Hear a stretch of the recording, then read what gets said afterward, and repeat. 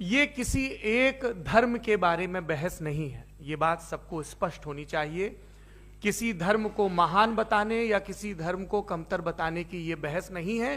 तो यदि कोई इस उम्मीद से देख रहा है या यहां आया है तो मैं आपको आश्वस्त करना चाहता हूं कि आपको नाउम्मीदी हाथ लगेगी।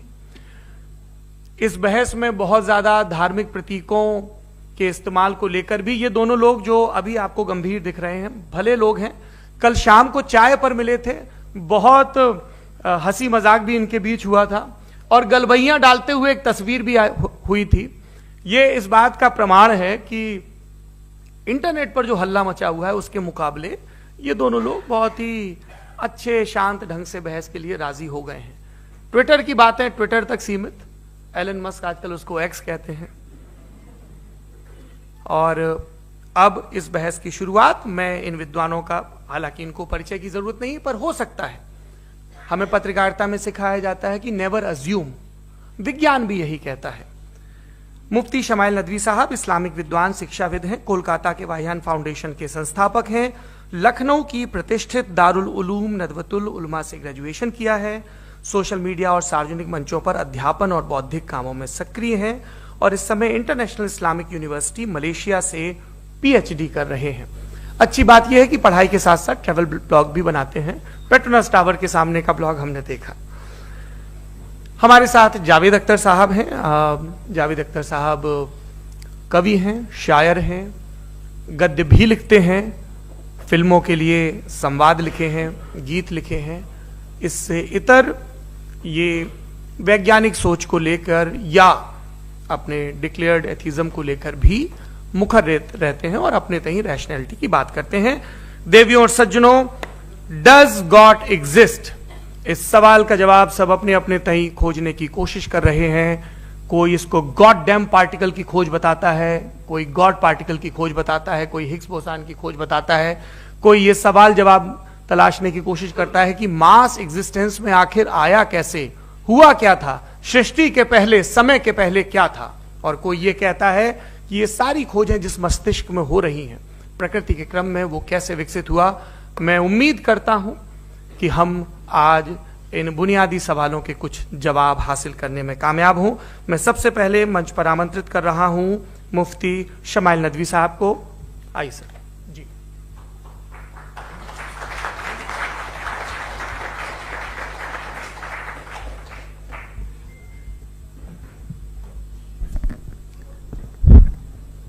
एक आखिरी गुजारिश, आप बोलना शुरू करें। आप लोग प्लीज अपने फोन फ्लाइट मोड पे या साइलेंट मोड पे रखें। एक बार चेक कर लें, कई बार बेध्यानी हो जाती है।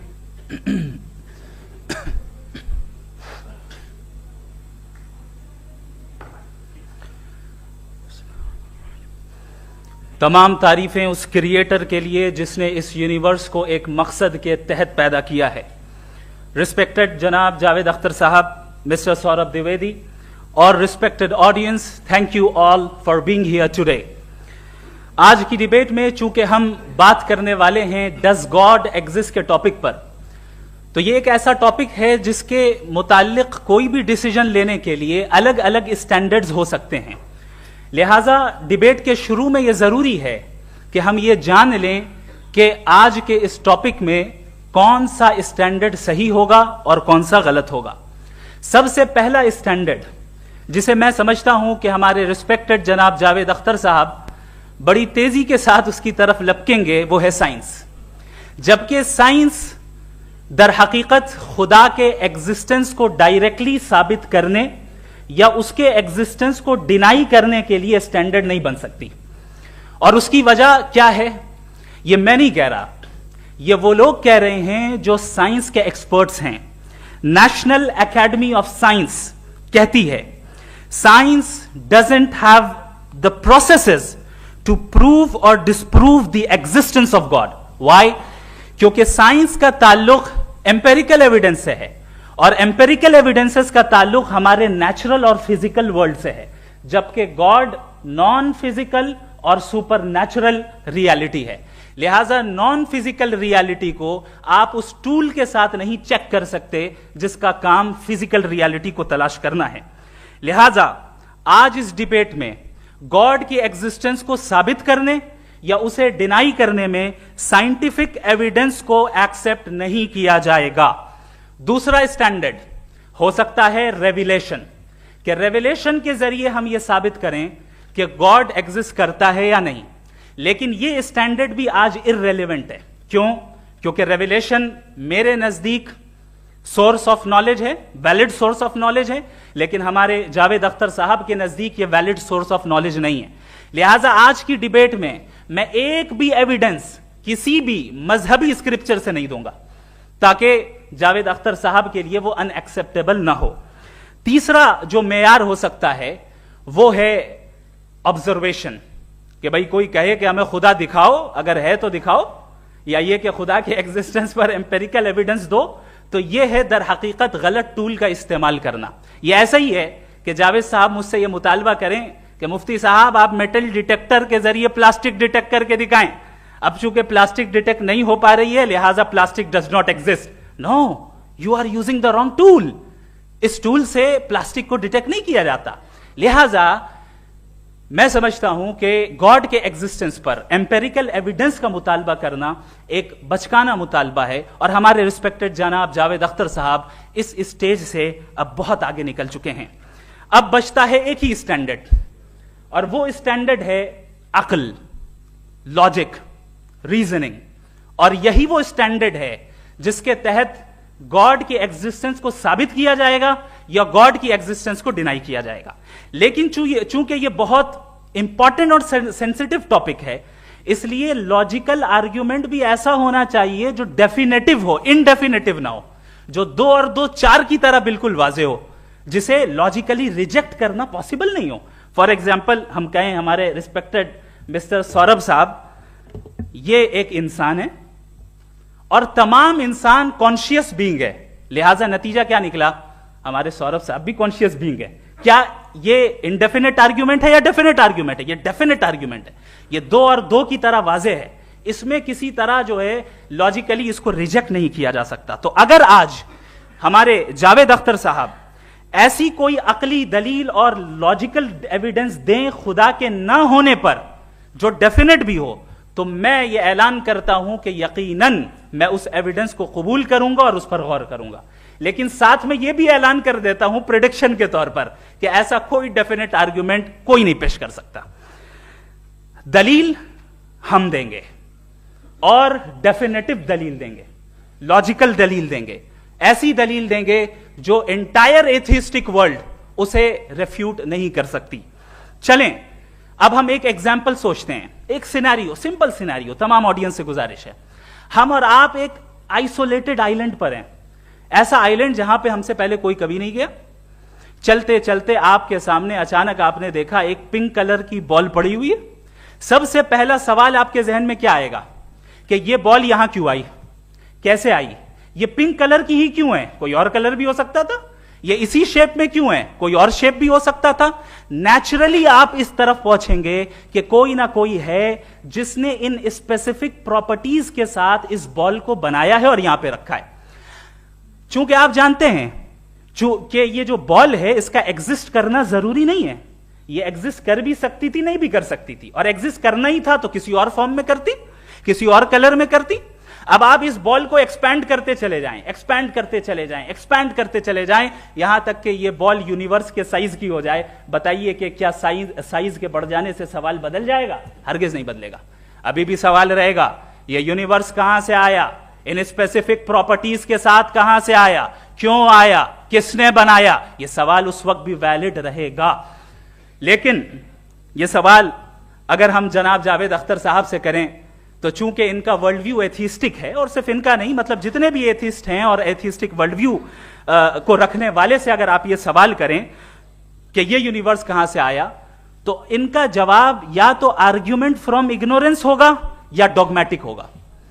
या तो ये कहेंगे कि मुझे नहीं पता कि ये कहां से आया, लिहाजा गॉड डज नॉट एग्जिस्ट, ये आर्ग्यूमेंट फ्रॉम इग्नोरेंस है, या ये कहेंगे कि ये यूनिवर्स खुद ब खुद बन गया। इसका मतलब यह है कि उस बॉल को भी खुद ब खुद बन जाना चाहिए, लेकिन बॉल के ताल्लुक से ये एक्सप्लेनेशन एक्सेप्ट नहीं की जाएगी कि ये खुद ब खुद बन गई, लेकिन यूनिवर्स के ताल्लुक से कर दिया जाएगा। इसे हम दूसरे अल्फाज में डॉगमा भी कह सकते हैं।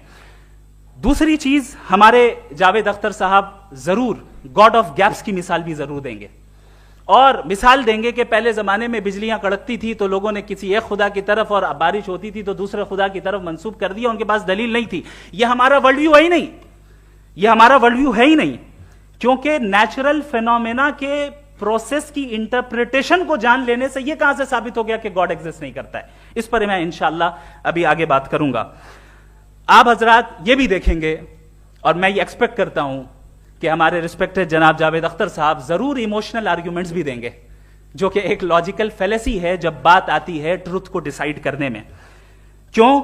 मिसाल के तौर पर वो कहेंगे कि अगर गॉड है तो इविल क्यों एग्जिस्ट करता है, जबकि मैं कहता हूं इविल का एग्जिस्ट करना गॉड के एग्जिस्ट करने की दलील है, उसके खिलाफ नहीं है। चूंकि अगर गॉड है तो हम सब उसके सामने अकाउंटेबल हैं, और अगर हम अकाउंटेबल हैं तो अकाउंटेबिलिटी के लिए इविल का मौजूद होना जरूरी है, उसके बगैर हम अकाउंटेबल नहीं हो सकते। और अगर हम अकाउंटेबल नहीं हैं तो हम जनाब जावेद अख्तर साहब से पूछेंगे कि आप बताएं कि फिर सफरिंग इस दुनिया में क्यों है? अगर खुदा नहीं है तो सफरिंग क्यों है? और उन लोगों के जज्बे का क्या जिनके अंदर सफरिंग के बाद इंतकाम लेने का जज्बा पाया जाता है और वो इस दुनिया से ऐसे ही चले गए, क्या उनकी सारी तकलीफें बेकार चली जाएंगी? अब आ जाएं उसी एग्जाम्पल की तरफ कि बॉल, मुझसे अगर कोई पूछे इस बॉल को किसने बनाया और या इस एक्सपेंडेड बॉल को किसने बनाया, मैं कहूंगा कि चूंकि ये यूनिवर्स और इस यूनिवर्स की तमाम चीजें कॉन्टिंजेंट हैं। कॉन्टिंजेंट होने का मतलब ये होता है कि जो अपने एग्जिस्टेंस पे किसी के ऊपर डिपेंड करती हो, तो जाहिर है ये यूनिवर्स कॉन्टिंजेंट है। और अगर कोई चीज कॉन्टिंजेंट नहीं है तो मैं रिक्वेस्ट करूंगा कि मुझे दिखा दें कि कौन सी चीज यूनिवर्स में कॉन्टिंजेंट नहीं है, हम भी जरा गौर कर लें और हम भी देख लें। और जब कॉन्टिंजेंट चीजें मौजूद हैं तो फिलोसोफर्स की इस्तिलाह के मुताबिक, हम उस टर्मिनोलॉजी के मुताबिक हम उस जगह तक पहुंचते हैं और उस हस्ती तक पहुंचते हैं जिसे नेसेसरी बीइंग कहा जाता है, कि ये वो नेसेसरी बीइंग है जिसका मौजूद ना होना नामुमकिन हो। क्योंकि अगर ये मौजूद ना हो तो सारी चीजें एग्जिस्टेंस में आएंगी ही नहीं, और ये सारी कॉन्टिंजेंट चीजें उसी के ऊपर डिपेंड करती हैं। अब अगर आप ये सवाल करते हैं कि फिर उस हस्ती को किसने बनाया, फिर उसका कॉज क्या है, फिर उसका कॉज क्या है, फिर उसका कॉज क्या है, और एंडलेसली चले जाएं, इसे हम कहते हैं इन्फिनिट रिग्रेस ऑफ कॉजेस, जो कि लॉजिकल फेलेसी है। कॉन्सेप्चुअली इंफिनिटी पॉसिबल है। मिसाल के तौर पे न्यूमेरिकल्स 1 2 3 गिनते चले जाएं, इन्फिनिट नंबर्स हैं। मैं कॉन्सेप्चुअली बात नहीं कर रहा, प्रैक्टिकली रियलिटी में साबित करके दिखाएं कि infinite regress of causes possible हैं या नहीं। अगर पॉसिबल हैं तो हम मान लेंगे, मिसाल दे दें, और पॉसिबल नहीं है तो एक ही ऑप्शन बचता है जिसे हम कहते हैं नेसेसरी बीइंग। ऐसी नेसेसरी बीइंग जो इंडिपेंडेंट है, क्योंकि अगर वो डिपेंडेंट हुई तो वो नेसेसरी नहीं रहेगी। ऐसी इंडिपेंडेंट बीइंग जो इटर्नल है, अगर वो इटर्नल नहीं होगी, उसकी बिगिनिंग होगी तो वो खुद कॉन्टिंजेंट है। ऐसी बीइंग जो पावरफुल है, क्योंकि कॉन्टिंजेंट को एक्चुअलाइज करने के लिए पावर चाहिए। ऐसी बीइंग जो इंटेलिजेंट है और नॉलेजेबल है, क्योंकि ये यूनिवर्स स्पेसिफिक फॉर्म और स्पेसिफिक लॉज ऑफ नेचर के तहत प्रिसाइजली चल रहा है। Thank you. थैंक यू मुफ्ती साहब। मैं इन दलीलों के बाद जावेद अख्तर साहब से गुजारिश करूंगा, आप बैठ के बोलना चाहेंगे या वहां? जी।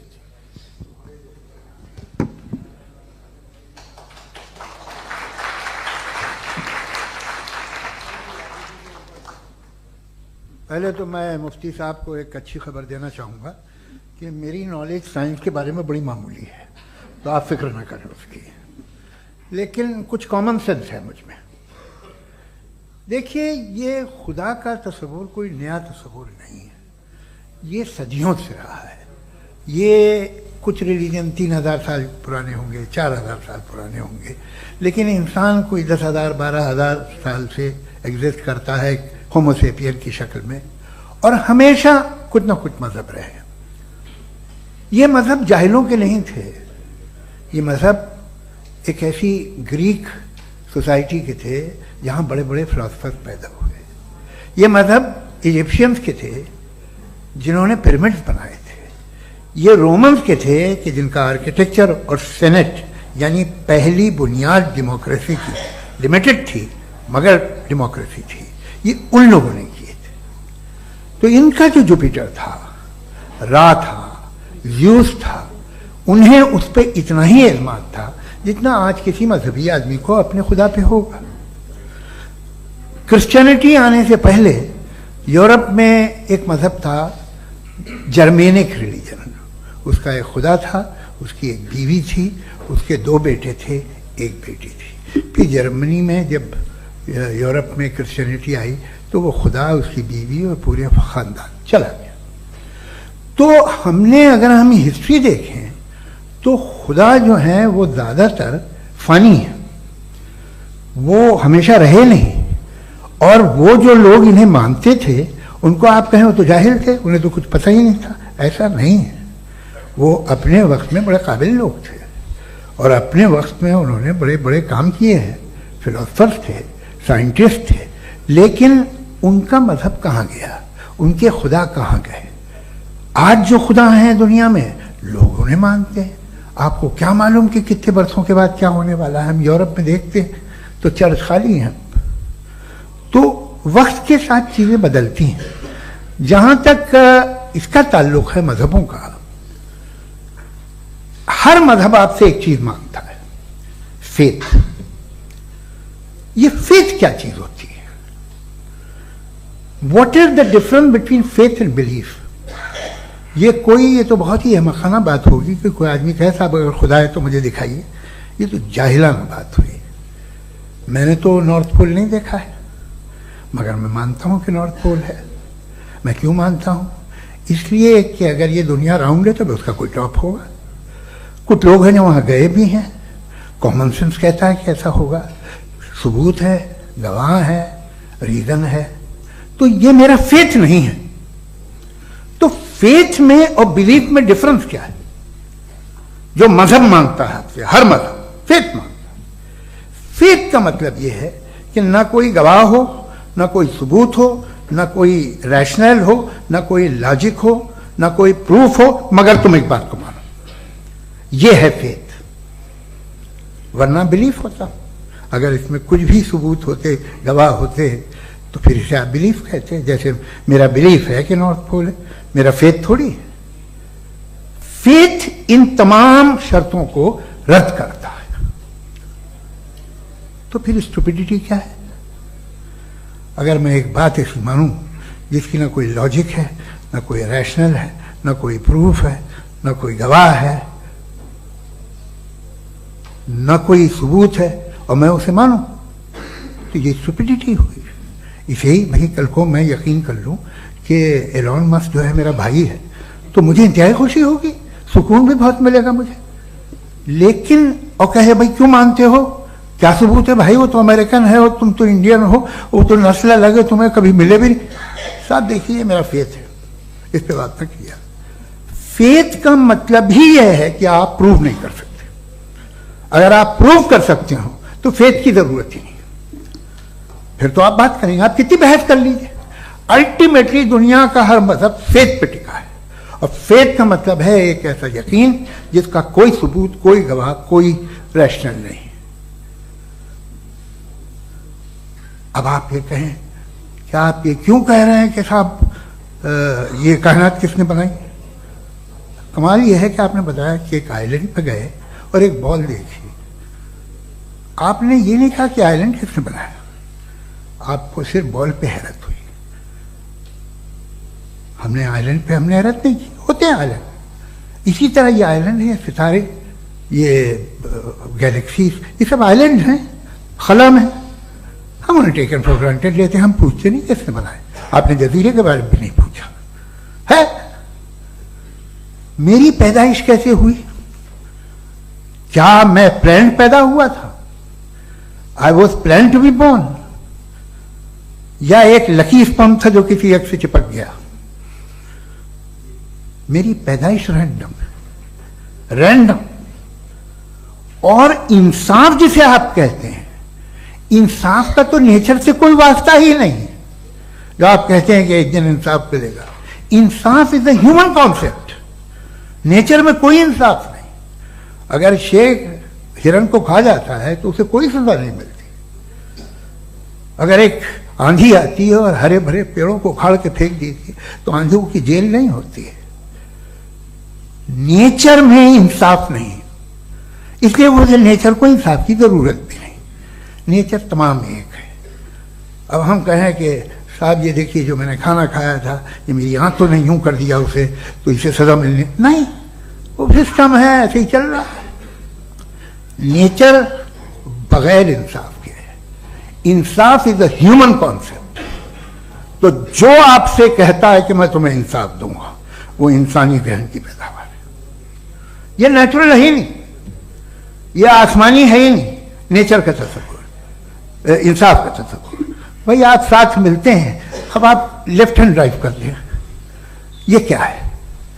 तमाम सच, तमाम नेकी, तमाम शराफत लेफ्ट हैंड ड्राइव है। वरना क्या होगा, या तो आप क्रॉस कर देंगे, आपका एक्सीडेंट हो जाएगा, या आप किसी को मार देंगे, या ट्रैफिक जैम हो जाएगा। झूठ, बेईमानी, रिश्वतखोरी, ये तमाम जो है driving on the wrong side है। इसके ऊपर कुछ नहीं। ये तो हमने बनाया, जैसे हमने लेफ्ट हैंड ड्राइव बनाई है। ये कॉन्सेप्ट ऑफ इंसाफ जो है ये हमारा है, इसका नेचर से कोई वास्ता नहीं।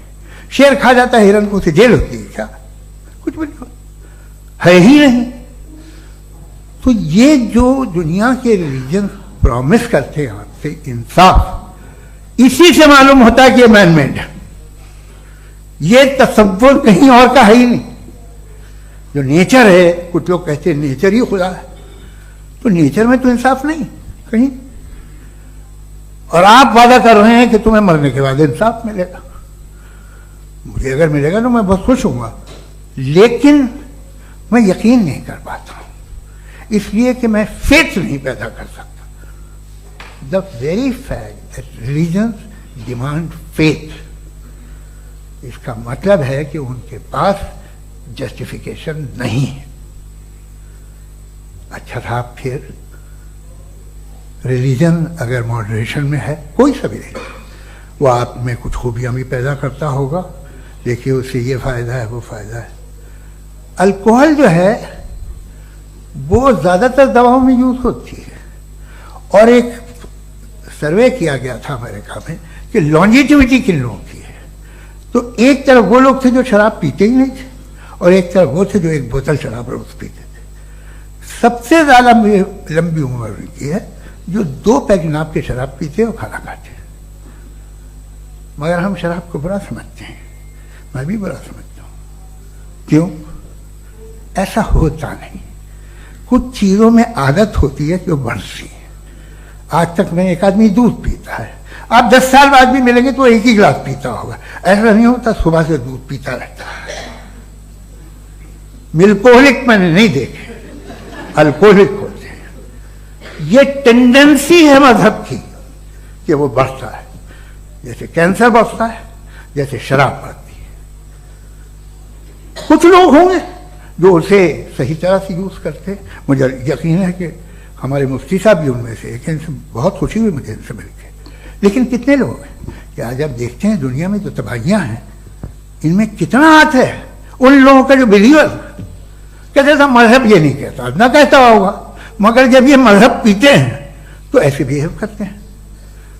थोड़ा सा अगर हो तो शायद बहुत अच्छी बात, लेकिन शराब थोड़ी सी नहीं रहती, उसमें टेंडेंसी है। पहले थोड़ा सा अगर 2-3 कैंसर के सेल हो ना बॉडी में तो आदमी स्लिम रहेगा, लेकिन वो 2-3 सेल नहीं रहते, वो मल्टीप्लाई होते हैं। जावेद साहब, टाइम पूरा हो गया। टाइम हो गया, तो बस बात खत्म हो गई। अच्छा, मुझे कुछ और कहने को था भी नहीं। जी, मैं पहले जवाबी दौर के लिए इनवाइट कर रहा हूं मुफ्ती साहब को। Your rebuttal round 1, you have 7 minutes.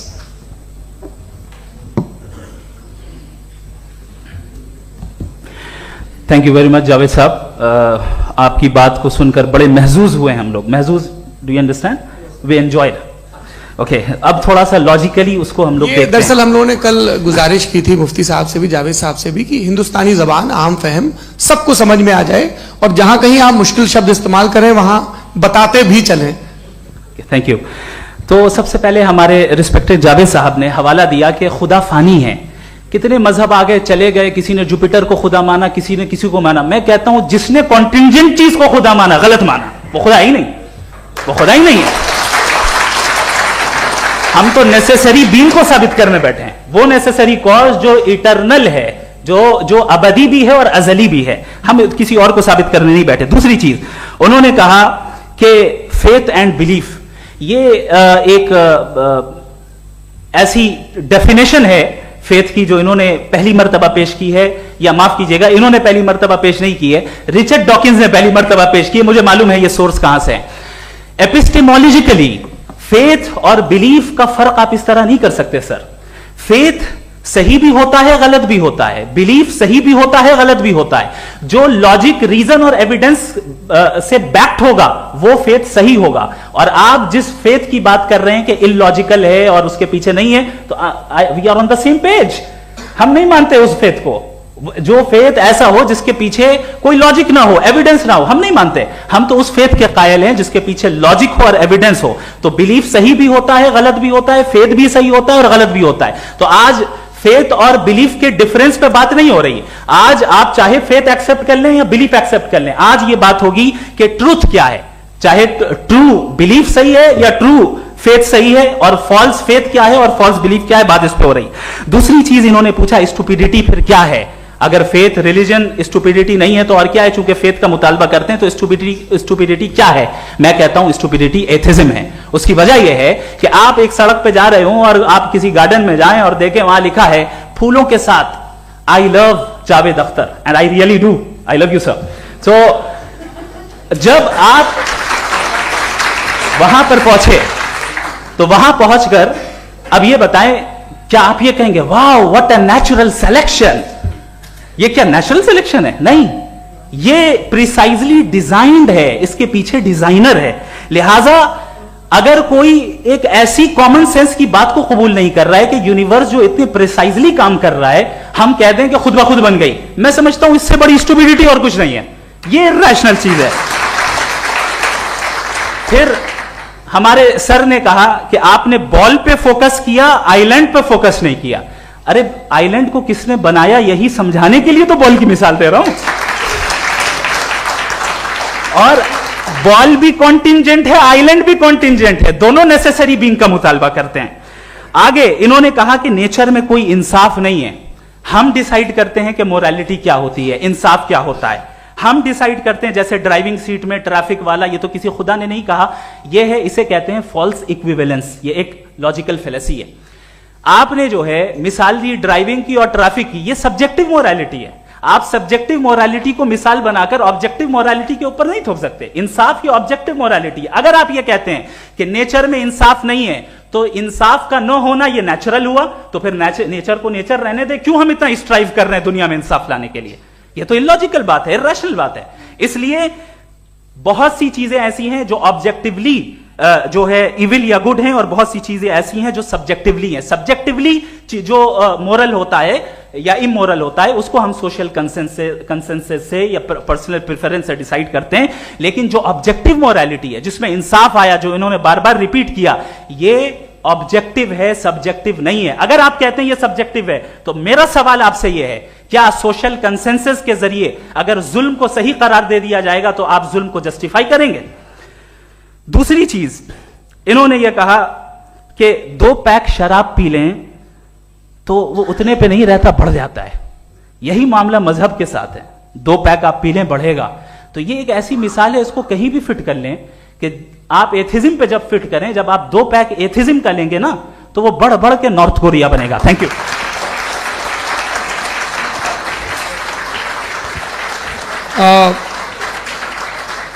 First round की रिबटल के लिए मैं जावेद साहब को इनवाइट कर रहा हूं। आपके पास 7 मिनट का वक्त है, रीसेट कर दीजिएगा प्लीज। मुझे इस बात की खुशी है कि मुफ्ती साहब ने भी मान लिया कि नेचर में कोई इंसाफ नहीं है। तो कोई भी चीज़ जो इंसान ने नहीं बनाई है उसमें इंसाफ नहीं होता है। एक बात मैं आपसे अर्ज करूँ, जरा पता लगा लीजिएगा, ये जो आप बाग में जाते हैं बेहद खूबसूरत फूल देखते हैं ना, इनमें से कोई नेचुरल नहीं है। ये सारे फूल क्रॉस करके बनाए गए हैं। जो जंगल में फूल होते हैं निहायत मामूली होते हैं। ये फूल इंसानों ने बनाए हैं। जो आप बाग में देख के वाह वाह कहते हैं, ये इंसानों के बनाए हुए हैं। डिफरेंट फूलों को क्रॉस करके, डेवलप करके, फिर क्रॉस करके इस तरह से बनाए गए। नेचुरल फ्लावर नहीं। किसी जंगल वीरान में जाके आप गुलाब के फूल नहीं देखेंगे। ये सब बनाए हुए इंसान ने, बहुत से काम इंसान ने किए हैं। बाकी है कि आपने मेरी एक बात का जवाब नहीं दिया, जिससे मुझे शिकायत है कि फेथ क्या है और आप फेथ मांगते क्यों हैं मुझसे? आप तो लॉजिकल हैं, आपके पास तो सारे रैशनल हैं, आपके पास सारे सबूत हैं, तो तो आपको फेथ की डिमांड क्यों करते हैं कि भाई तुम सरेंडर कर दो और सवाल मत करो? कोई मजहब सारे सवाल करने की इजाजत नहीं देता है और मना करता है कि ज्यादा सवाल ना करो, बह जाओगे तुम। आप क्यों रोकते हैं? हकीकत यह है कि इंसानी तारीख क्या है। इंसानी तारीख यह है कि दुनिया में दो तरह के लोग हुए हैं। एक वो जिन्होंने अपनी लाइल्मी की परस्तिश की है, दूसरे वो जिन्होंने अपनी इग्नोरेंस या लाइल्मी से झगड़ा किया है और मालूम किया है कि क्या है। ये जो आप कह रहे हैं, आज आप हैरान हैं कि भाई ये यूनिवर्स कैसे बनी। लोग हैरान थे कि सूरज डूबता है तो इधर से कैसे निकलता है। और आप एक कदम जाके हमेशा का मानने को तैयार है, एक कदम पीछे ही मान जाइए। भाई आप इसके बाद जाते हो, कहते सवाल ना करना कि ये कहां से आया, ये पावर तो हमेशा से हमेशा रहेगी। तो आप यूनिवर्स के बारे में मानने में क्या तकलीफ है? एक कदम पहले रुक जाइए, ये हमेशा से थी या नहीं थी हमें मालूम नहीं है। और ये कहना कि हमें मालूम नहीं है, कमाल ये है कि दुनिया के सारे मजहब सब जानते हैं ये दुनिया कैसे बनी थी, कैसे मिटेगी, मरने के बाद क्या होगा, इनको सब इल्म है। इनको किसी को डायनासोर होते थे पहले ये नहीं पता था, किसी को नहीं पता। किसी भी दुनिया की मजहबी किताब में डायनासोर का जिक्र नहीं है। लेकिन बाकी सब बातें, how to make universe in 4 easy lessons and बाकी सब पता है। जिसको सब पता है वो गड़बड़ है। हम में ये इंकिसार, ये ह्यूमिलिटी होनी चाहिए कि हम ये कहें कि हमें ये बहुत सारी बातें नहीं मालूम, लेकिन हम उनकी परस्तिश ना करना, अपनी लाइल्मी को की परस्तिश ना करें, हम उसे पता लगाने की कोशिश करें।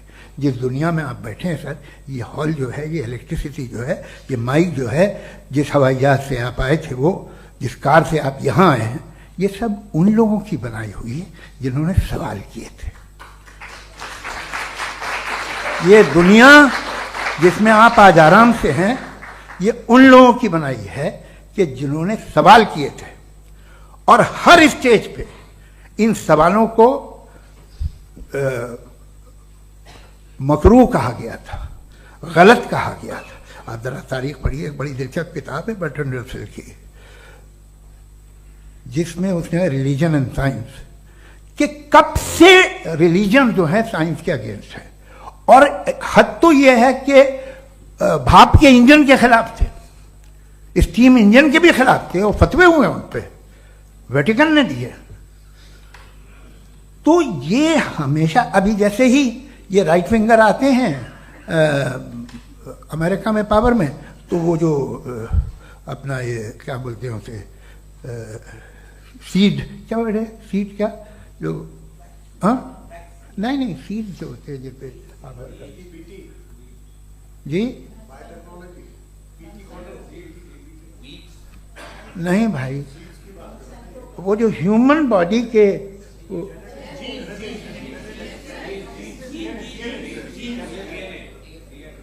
उस पर रिसर्च बंद हो जाती है, रिपब्लिकन नहीं करने देते। अरे भाई इतना डर क्या है तुम्हें? एक जमाने में बहुत नाराज थे ये सारे मजहबी लोग कि ये इंसान तो इंसान बनाने की कोशिश कर रहा है। आपको क्या तकलीफ भाई, बना ले तो बना लेने दो, ये खौफ क्या है? और ये सब आज जो आप कह रहे हैं नामुमकिन है, ये कैसे हुआ? मुझे एक किस्सा याद आता है। जब मैं 6ठी क्लास में था तो मैं मैथमेटिक्स में बहुत वीक था, तो एक टीचर रख दिया गया, उसने 1 2 3 4 5 6 7 तो सिखा दिया मुझे। वो दिन मैं भूल नहीं सकता हूँ मुफ्ती साहब, जिस दिन उसने ये बताया कि 1/2 क्या होता है और 3/4 क्या होता है। मुझे ऐसा लगा कि मेरा सर बीच से फट जाएगा। यह आदमी कह रहा है कि जो दीवार के अंदर जाओ वॉक करते हुए। आज हंसता हूं मैं इस बात पे। तो आज जो बातें आपके जहन से बिल्कुल परे हैं और आप हैरान होते हो उन्हें देख के, एक वक्त आएगा कि मामूली लगेंगे। और हुआ है, आपकी इंसानी तारीख ही है। इतनी जल्दी सारे फैसले आप मत कर लीजिए, थोड़ा ये ह्यूमिलिटी रखिए कि भाई ये हमें नहीं मालूम। ये कहने में क्या आ रहा है? ये यूनिवर्स कहाँ तक फैली, ये कब से है और कब तक रहेगी, हमें नहीं मालूम। आपने फैसला कर लिया कब बनी। ये आपके हिसाब से कोई 14 बिलियन ईयर बनी जो समझा जाता है। उससे पहले हजारों करोड़ों अरबों साल तक खुदा बैठा क्या कर रहा था? खामोश बैठा था ऐसे ही, जमाइया ले रहा था। फिर उसे आइडिया आया, यार एक काम करते, वक्त अच्छा गुजर जाएगा, यूनिवर्स बनाते। सोचिए, वो तो हमेशा से है ना, मगर यूनिवर्स हमेशा से नहीं है, ये तो बनाई गई है। और उससे पहले क्या था, इनका क्या काम था? कैसी बात है, ये बड़ा आसान है। जो बात हमें आज धीरे धीरे पता चली है, बरसों 2000 और 2500 साल पहले आपको किसी ने बता दिया कि क्या था, आप मान गए, और तब से वही मान रहे हैं जो 2500 साल पहले कहा गया था। सब कुछ बदल गया है, सॉल्व हो रही हैं चीज़ें। अभी साइंस बिल्कुल दावा नहीं करती, या कोई फिलोसफर ये दावा नहीं करता कि हमें सब मालूम, बल्कि वो कहता है कि हमें जितना मालूम होता है उससे ये मालूम होता है कि हमें कितना कम मालूम।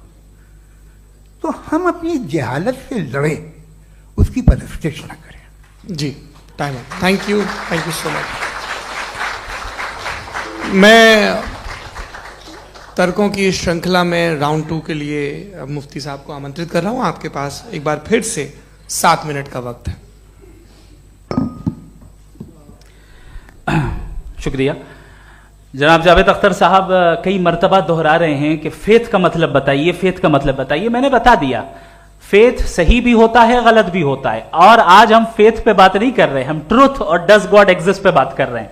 क्या डज गॉड एग्जिस्ट, ये ट्रूथ यानी गॉड है या नहीं है, इसमें से दोनों ट्रूथ क्या है। अब आप उसे फेथ कह लें, बिलीफ कह लें, नॉट माई बिजनेस।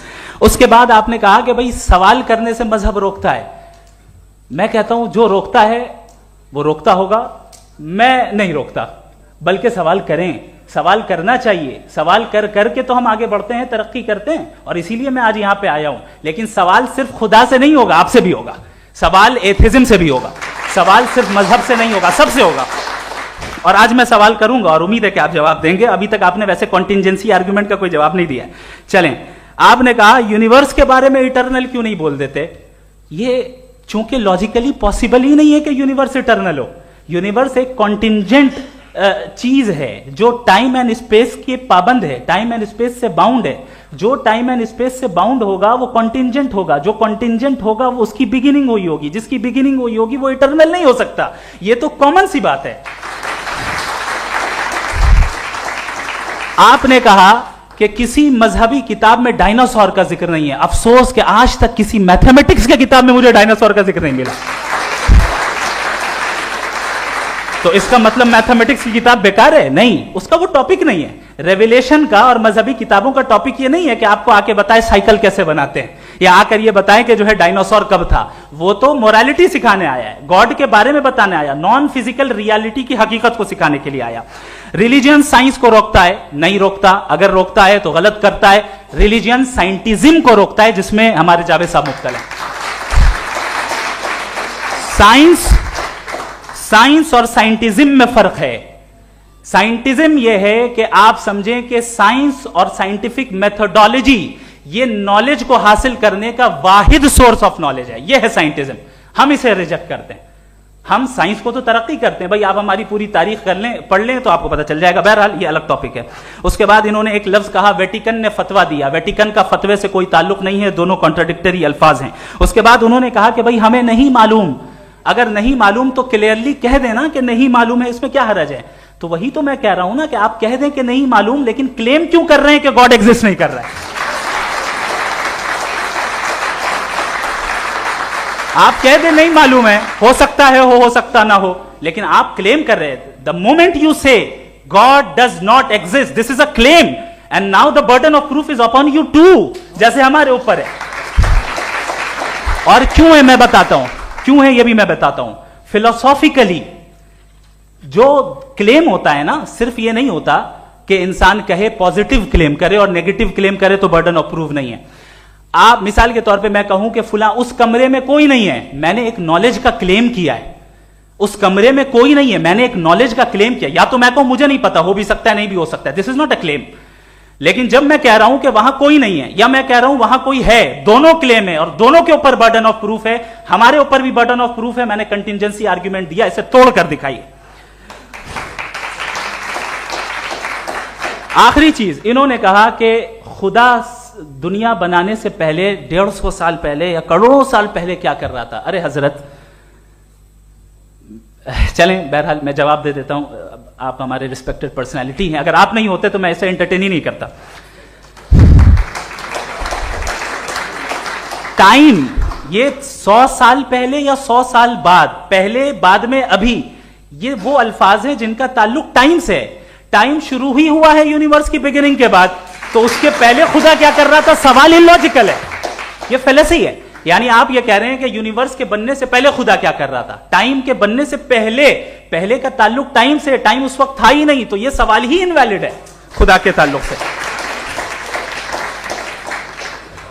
दूसरी चीज, आर्ग्यूमेंट ऑफ कंटिंजेंसी जो मैंने आपके सामने पेश की है, आपने बार बार ये प्रूफ किया और ये कह रहे हैं कि गॉड ऑफ गैप्स। देखिए, पहले नहीं मालूम था, साइंस ने कर दिया। सिंपल्स की मिसाल से मैं समझा देता हूं। जिस गैप्स की आप बात कर रहे हैं ना, साइंस उन गैप्स को जिन चीज के जरिए भी प्रूव करेगा वो कॉन्टिंजेंट ही होगा, अब चाहे वो फोर्स हो, मैटर हो या एनर्जी हो। लिहाजा सवाल हमारा उस वक्त भी वैलिड होगा जब तक कि आप नेसेसरी बीइंग पे ना आ जाएं, और इन्फिनिट रिग्रेस पॉसिबल नहीं है of causes in practical world, तो जाहिर है कहीं रुकना पड़ेगा, जहां रुकेंगे वही खुदा है। दूसरी चीज, आपने ये क्या कह रहा था मैं, किस पॉइंट को? What? Oh no, after that. Just now. हाँ, जहां रुकेंगे वही खुदा है। बहरहाल, तो टाइम का जिक्र हो गया, गॉड ऑफ गैप, सॉरी, या इसकी एक मिसाल आप ले लें। एक कार है, एक साहब ने देखा कि भाई कार जो है उसके व्हील्स कितने अच्छे लगे हुए हैं सही जगह पे, स्टीयरिंग जो है कितने अच्छे जगह पे लगी हुई, और सीट्स कितने वेल डिजाइंड है, कितनी प्रिसाइजली ये कार काम कर रही है, तो जरूर कोई ना कोई इसे क्रिएट किया है, किसी ने क्रिएट किया है। अब जावेद साहब आए और कहे, अरे जनाब बोनेट खोलिए, इसमें इंजन है, इंजन इस कार को चला रहा है, hence prove no one has created the car. This is illogical, this is irrational. आपने इंजन के जरिए उस गैप को तो साबित किया, लेकिन क्या उससे कार की जो क्रिएशन है और उसका जो क्रिएटर है ये इंपॉसिबल हो जाए? ऐसा पॉसिबल है? उसका सवाल खत्म हो जाए, ऐसा पॉसिबल है? नहीं। आपने गैप्स को फिल करके, कॉन्टिंजेंट चीजों से गैप्स को फिल करके हमारे ऑब्जर्वेशन को और ब्रॉड कर दिया। अब हमें और पता चल गया कि ये जो कार है इसका सिस्टम कितना ज्यादा कॉम्प्लेक्स है। पहले कम समझते थे, अब कॉम्प्लेक्सिटी और ज्यादा वाजे हो गई। अब हमें समझ में आ रहा है कि हमारी सर्टेनिटी और बढ़ गई कि जरूर इस कार को किसी ना किसी ने बनाया। यही मामला यूनिवर्स का है। साइंस हमेशा फिजिकल वर्ल्ड की चीजों को ही फिल करती जाएगी और फिजिकल चीजों से ही करती जाएगी, चूंकि एम्पेरिकल एविडेंस का ताल्लुक फिजिकल वर्ल्ड से है। आप साइंस के जरिए मेटाफिजिकल रियलिटी को कभी साबित नहीं कर सकते। ये रॉन्ग टूल का इस्तेमाल करना है। ये वही काम है कि आप मेटल डिटेक्टर से प्लास्टिक डिटेक्टर करने चलें, जो कि जाहिर है सही नहीं है। Thank you.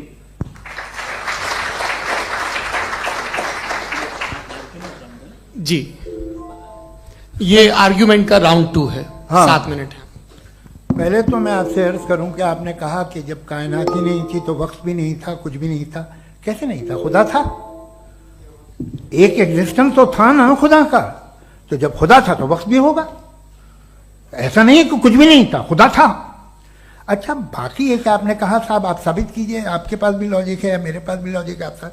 मेरा जिम्मेदारी नहीं है साबित करना कि खुदा है। बर्टन रसल ने बड़ी अच्छी बात कही।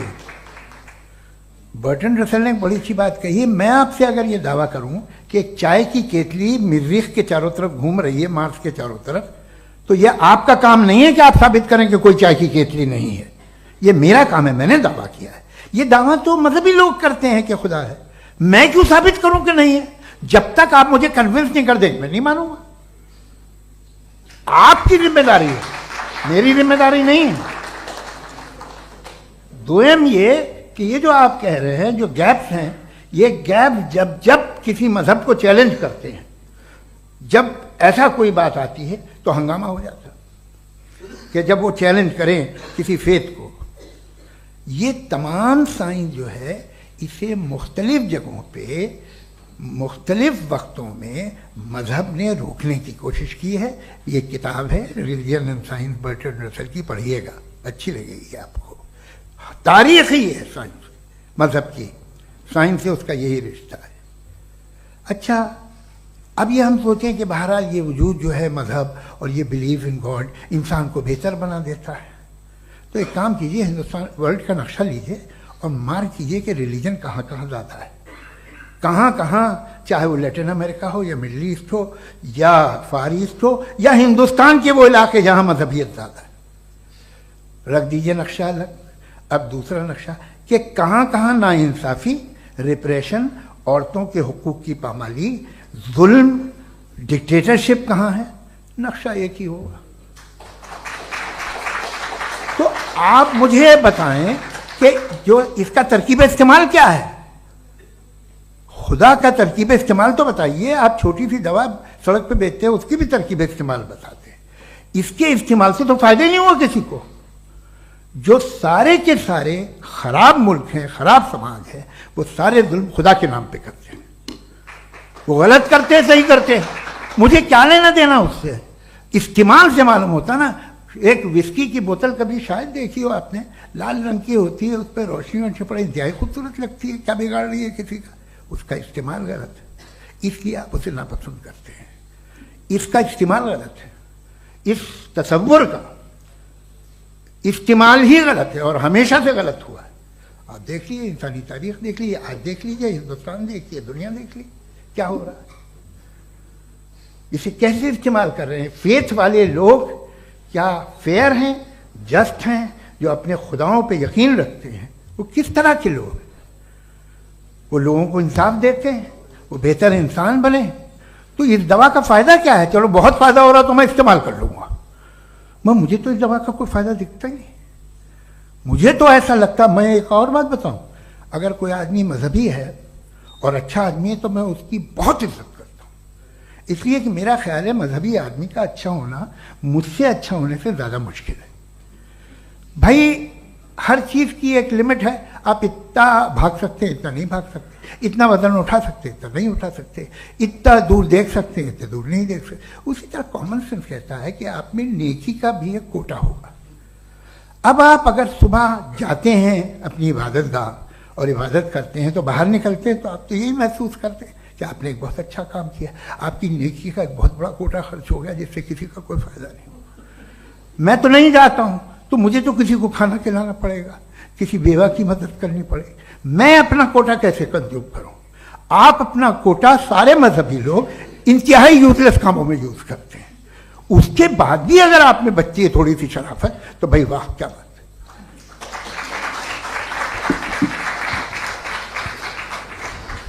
एक तो मुझे ये बात बहुत अच्छी लग रही है कि दोनों ही विद्वान समय को मानते हैं और बहुत समय से अपनी दलीलें और बाज दफा समय से पहले अपनी तकरीरें पूरी करके अपनी अपनी कुर्सी पर बैठ रहे हैं। ये इस आर्ग्यूमेंट का राउंड 2 पूरा हुआ। अब रिबटल का राउंड 2 है और उसके बाद क्रॉस एग्जामिनेशन होगा। नहीं, आपका आर्ग्यूमेंट हो गया सर। हमारे यहाँ स्कूल के सिलेबस में पंच परमेश्वर कहानी पढ़ाई जाती है, प्रेमचंद जी की लिखी हुई। आप निश्चिंत रहिए, आपके कोई राउंड में मिस नहीं होने दूंगा। रिबटल का राउंड 2 मुफ्ती शमाइल नदवी साहब।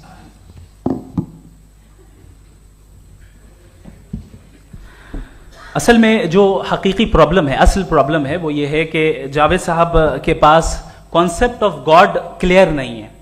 इन्होंने कहा कि कायनात से पहले खुदा तो था, तब भी तो टाइम होगा। ये टाइम कायनात का हिस्सा है। हम खुदा, उस खुदा को मानते हैं नेसेसरी बीइंग का टाइमलेस होना जरूरी है, चूंकि वो टाइम का क्रिएटर है। जब उसने टाइम को क्रिएट किया तो वो खुद टाइम पे कैसे होगा? उसने जब स्पेस को क्रिएट किया तो खुद स्पेस में कैसे होगा? अगर वो टाइम एंड स्पेस को पहले से ही उसका पाबंद है तो फिर किस चीज को उसने क्रिएट किया? लिहाजा ये सवाल गलत है कि खुदा था तो टाइम होगा। बिल्कुल नहीं, टाइम के पाबंद हम है, खुदा नहीं है। हम फिजिकल वर्ल्ड से ताल्लुक रखते हैं, वो मेटाफिजिकल रियलिटी है। दूसरी चीज इन्होंने मिसाल दी कि चाय की केतली हवा में घूम रही होगी, और पता नहीं शायद वो बर्टन रसल का उन्होंने हवाला दिया। बहरहाल यही प्रॉब्लम है। प्रॉब्लम यही है कि हम चीजों के दरमियान डिफरेंशिएट नहीं कर पाते। ये जो आपने मिसाल दी ये इमेजिनेशन है, और मैं जो साबित कर रहा हूं वो लॉजिकल नेसेसिटी है। आप इमेजिन करने आए तो कुछ भी करें, जुपिटर में पिंक एलिफेंट होगा, यूनिकॉर्न होगा, करें, उससे कायनात पे क्या फर्क पड़ता है? उससे आप लॉजिकल नेसेसिटी साबित नहीं कर सकते। मैं तो उस प्राइम कॉज की बात कर रहा हूं, उस नेसेसरी बीइंग की बात कर रहा हूं जिसके बगैर इस कायनात का एग्जिस्टेंस मुमकिन नहीं है।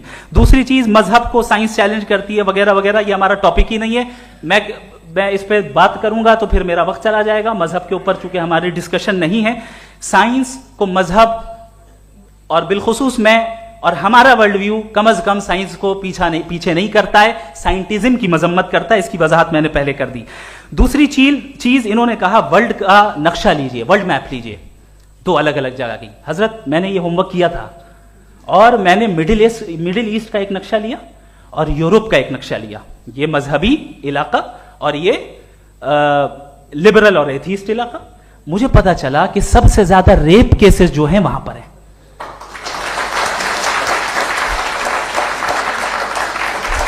मुझे यह पता चला यूएन की रिपोर्ट के मुताबिक, मैं ये अपने घर से नहीं लेके आ रहा, कि जो वर्किंग वुमेन है यूरोपियन कंट्रीज में, उसमें 81% वुमेन सेक्सुअल हैरेसमेंट का वर्क में शुमार हो रही है। ये मिडिल ईस्ट में नहीं हो रहा है, वो मजहबी लोग हैं इसलिए नहीं हो रहा है। दूसरी चीज, आपने ये कहा कि मजहबी आदमी का अच्छा होना हमारे अच्छे होने से बहुत मुश्किल है, बहुत मुश्किल है। तो इसका मतलब यह है कि गॉड के अलावा आपके पास अच्छे और बुरे का कोई स्टैंडर्ड है। मैं चाहूंगा कि कन्वर्सेशनल स्टाइल वाली डिस्कशन और सेगमेंट पे इसी पे बात कर लेते हैं। Thank you very much.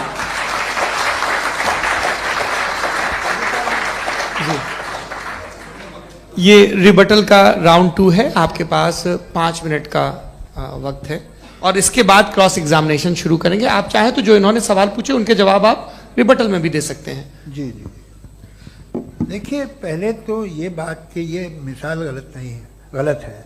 इन्होंने पहले ही हमको डिसार्म कर दिया, कह लिया अकल से मामला सॉल्व नहीं हो सकता, लॉजिक से आप पहुंच नहीं सकते। ये एक मेटाफिजिकल चीज़ है। मेटाफिजिकल अजीब सा लफ्ज़ है, ठीक से किसी को माने नहीं मालूम इसके, तो ऐसा लगता है कुछ बड़ी चीज़ है। अरे भाई क्या होता है मेटाफिजिकल, बताओ, खड़ी हो। ये एक लफ्ज़ है जो कहीं भी इस्तेमाल हो जाता है। जब आप एक बात कर रहे हैं और आप मुझसे बहस कर रहे हैं तो मुझे मेटाफिजिकल मत बताइए, आप लॉजिकली मुझे प्रूफ किए। और अगर लॉजिकली आप नहीं बात करते साहब ये मेटाफिजिकल है, तो फिर हम आप बात क्या कर रहे हैं? मेरा आपका किस जबान में कॉन्वर्सेशन होगा? और ये कहना कि वक्त पहले नहीं था, तो फिर क्यों कहते हैं ये हमेशा से और हमेशा रहेगा? हमेशा वक्त है, तो आप कैसे कहते हैं वो हमेशा से है और हमेशा रहेगा? हमेशा का मतलब है कोई वक्त, अगर वक्त ही नहीं है तो हमेशा कैसे? बाहर वो रहेगा। अब मैं ये देखता हूं, आपने कहा ना कि वहां रेप ज्यादा होते हैं, तो हम एक बात देखते हैं कि ये दुनिया जिस पे वो कादर मुतलक है, जिसकी मर्जी के बगैर पत्ता भी नहीं हिलता, ओमनीपोटेंट है, ये दुनिया चल कैसे रही है? और इस दुनिया का हाल क्या है? 45,000 बच्चे जो 10 साल की उम्र से कम थे वो गाजा में मरे।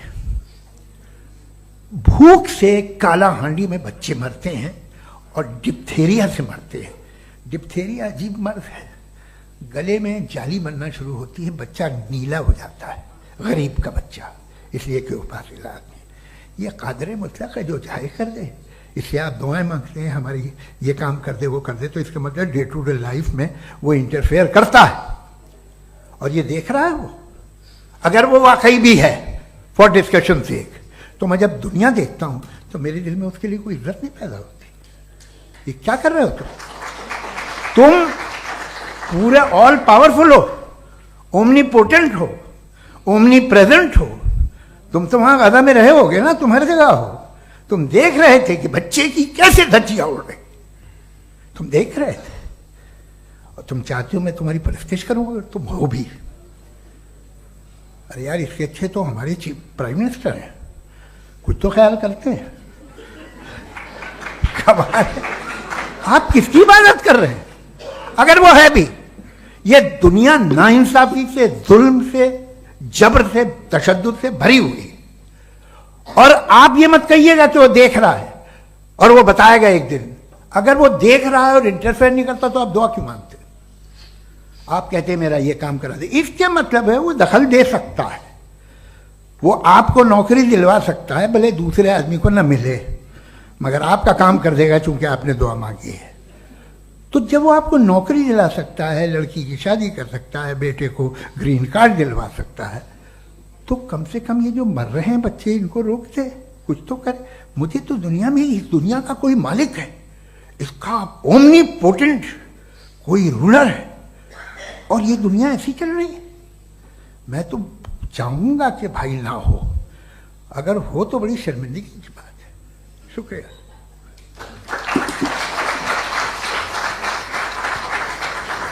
देवियों और सज्जनों, इस बहस के 2 राउंड और 2 रिबटल पूरे हो चुके हैं। अब सबसे जरूरी और सबसे मुश्किल राउंड शुरू हो रहा है, क्रॉस एग्जामिनेशन का।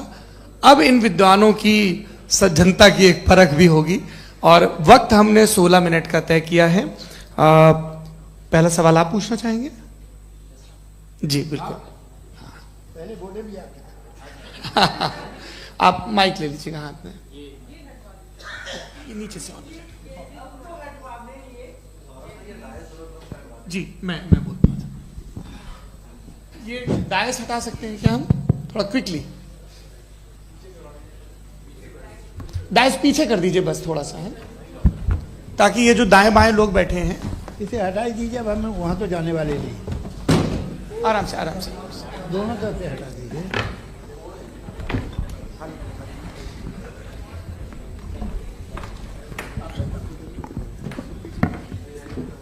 इस बीच आप लोग भी अपने अपने सवाल तैयार कर लें। ये ध्यान रखेंगे कि मैं यहां से सवाल लूंगा, आप लोगों को अपना हाथ ऊपर करना है, अपना नाम बताना है, और अधिकतम 3 वाक्यों में अपना सवाल पूरा करना है। कई लोग सवाल की जगह भाषण देने लगते हैं, उससे आज बचना है। जी मुफ्ती साहब, पहला सवाल आपका, 16 मिनट हैं, हम दोनों लोगों के सवाल लेंगे। जी जी बहुत शुक्रिया। आपकी जो अभी बात हुई बहुत अहम थी, मैं इसको चाहूँगा कि आगे डिस्कस करूँ, लेकिन चूंकि अभी ये वो सेगमेंट है क्रॉस एग्जामिनेशन, तो सबसे पहला सवाल आपसे ये है कि जो मैं इतनी देर से कॉन्टिंजेंसी आर्ग्यूमेंट आपको बता रहा था, ये अकल से ही बता रहा था हजरत, आप ये बताएं कि आप इन्फिनिट रिग्रेस ऑफ कॉजेस को पॉसिबल मानते हैं या नेसेसरी बीइंग के एग्जिस्टेंस को सही समझते हैं? चूंकि 2 ही ऑप्शन हो सकता है, आप ये बताएं।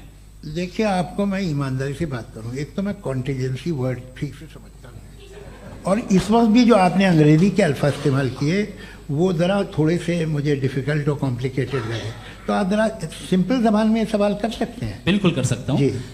यूनिवर्स की हर चीज कॉन्टिंजेंट होने का मतलब यह है कि वो अपने एग्जिस्टेंस में किसी के ऊपर डिपेंडेंट है। जो भी चीज डिपेंडेंट होगी वो चीज इंडिपेंडेंट नहीं हो सकती, तो उसका कोई ना कोई कॉज होगा। तो अब आप क्या समझते हैं कि ये इन्फिनिट रिग्रेस है, यानी कॉज पर कॉज, कॉज पर कॉज, कॉज पर कॉज, और कभी कोई यानी ये एंडलेसली चलता रहा? क्योंकि अगर ऐसा होगा तो हम तो एग्जिस्टेंस में आते ही नहीं। लॉजिकली ये मुत्तफक अलैह चीज है, मुत्तफक अलैह, अग्रीड अपॉन। इस पे हमने एग्री किया था कि मुश्किल शब्द आएगा तो अर्थ बताना पड़ेगा। तो इन्फिनिट रिग्रेस तो पॉसिबल नहीं है, तो कहीं ना कहीं आपको रुकना पड़ेगा ऐसे नेसेसरी बीइंग पर। नहीं, कोई जरूरत नहीं रुकने की। किसने कहा आप रुकना पड़ेगा? आप रुकते हैं खुदा पे, आप नहीं रुकते। आप कहते हैं वो हमेशा से, जब उस वक्त से जब वक्त नहीं था। आप कहाँ रुकते हैं कि अब हुआ था वो? आप नहीं कहते। हम क्यों नहीं मान सकते कि यूनिवर्स जो है और बल्कि मल्टीवर्सेस जो है वो हमेशा से हैं, वो बनती है, बिगड़ती है। एक हमारे यहाँ एक चीज़ है ब्लैक होल, वो समेट लेता है वापस, फिर ब्लास्ट होता है, फिर फैल जाता है। और इसमें हमारी तो खैर कोई औकात ही नहीं है इंसान की। एक छोटे से जर्रे पे हम 50-60 साल की उम्र रखते हैं, जो करोड़ों अरबों साल की कायनात है उसमें, और पैदा भी नहायत ही बेहुदा वजह से हुए थे।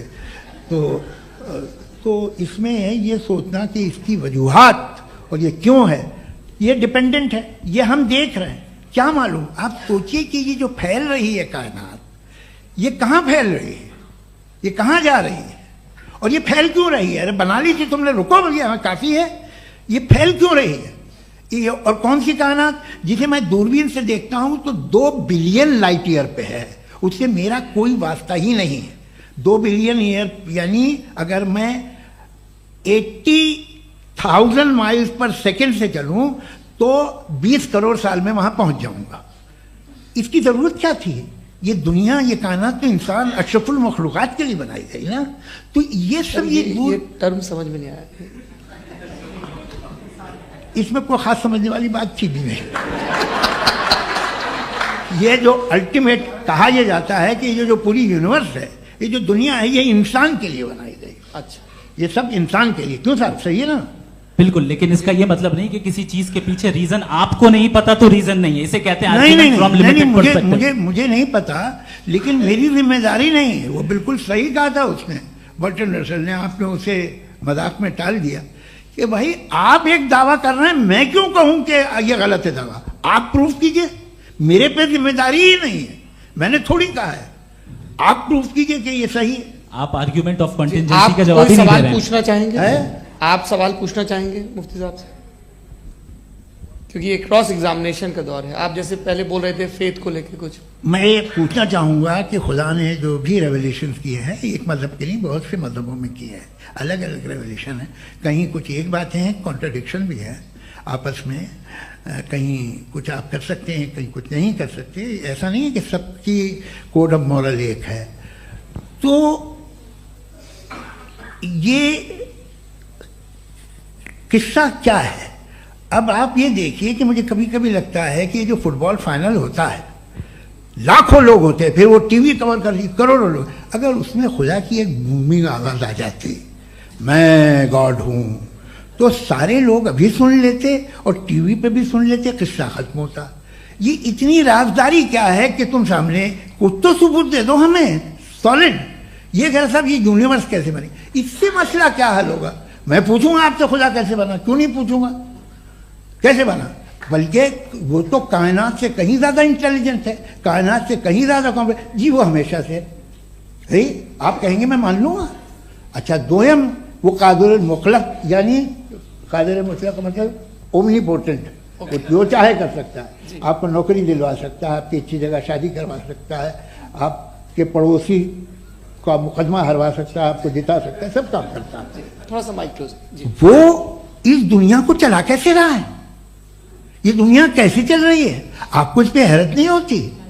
या कयामत के बाद कभी एक जस्टिस होगा, जब ये बच्चा मर चुका होगा, जिसकी धज्जियां उड़ गई बम से, इसको इंसाफ मिलेगा तब? अच्छा, अब जवाब दूं? हाँ जी, मैं इसीलिए आप की तरफ। सबसे पहले आपने रेवलेशन और स्क्रिप्चर्स की बात की, इस पे मैं बात कर सकता हूं, लेकिन आज नहीं करूंगा चूंकि वक्त कम है। कभी और इस पे डिस्कस करेंगे, मैं तैयार हूं उस पे भी बात करने के लिए। ये अभी से राउंड 2 की भूमिका तय हो रही है। Does God exist round 2? चूंकि आज गॉड के एग्जिस्टेंस पे बात है, तो मैं उसी के रिलेटेड जो है आपके सवालात को एंटरटेन भी करूंगा और मैं भी पूछूंगा।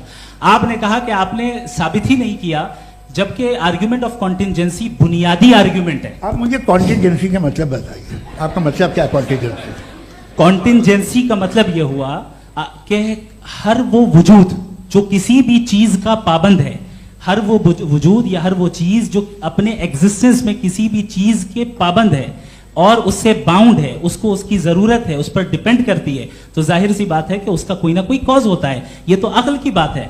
ये आप रीजनिंग की बात करते हैं, मैं वही कर रहा हूं। दूसरी चीज, आपने ये बात कही कि इतने बिलियन लाइट ईयर्स दूर है, उसका मेरा क्या लेना देना। फिर मेरे ख्याल से आपको ये नहीं कहना चाहिए I think therefore I am an atheist. आपको सोचना चाहिए, सिर्फ आप एक लिमिटेड दायरे में रहकर नहीं सोचें, बल्कि बाहर निकलकर सोचें। आपने तीसरा सवाल किया, आपने 2-3 सवाल एक साथ। ऐसी बातें ना कीजिए, कुछ को इतराज हो जाएगा आप पे कि आप कुछ भी सोचिए। ये इजाजत आपको है नहीं, मुझे है।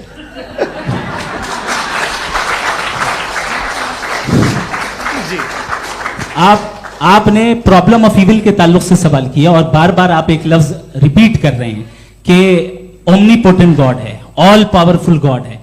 यही तो दरअसल समझना है कि गॉड का कॉन्सेप्ट क्या है। प्रॉब्लम ऑफ इविल जो है, प्रॉब्लम ऑफ इविल दर हकीकत 2 असम्पशंस पर कायम है।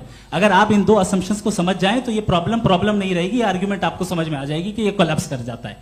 पॉइंट नंबर 1, यानी जो आपका सबसे पहला फॉल्स असम्पशन है कि गॉड मर्सीफुल है, ओमनीपोटेंट है, दुनिया में जुल्म हो रहा है। लेकिन आपको यह समझना चाहिए कि हमारे वर्ल्ड व्यू के मुताबिक गॉड सिर्फ ओमनीपोटेंट और सिर्फ मर्सीफुल नहीं है, बल्कि वो ऑल वाइज भी है और वो ऑल नोइंग भी है, उसके हर काम के पीछे हिकमत और विजडम है। ये कोई जरूरी नहीं है कि वो हिकमत और विजडम आपको समझ में आए या मुझे समझ में आए।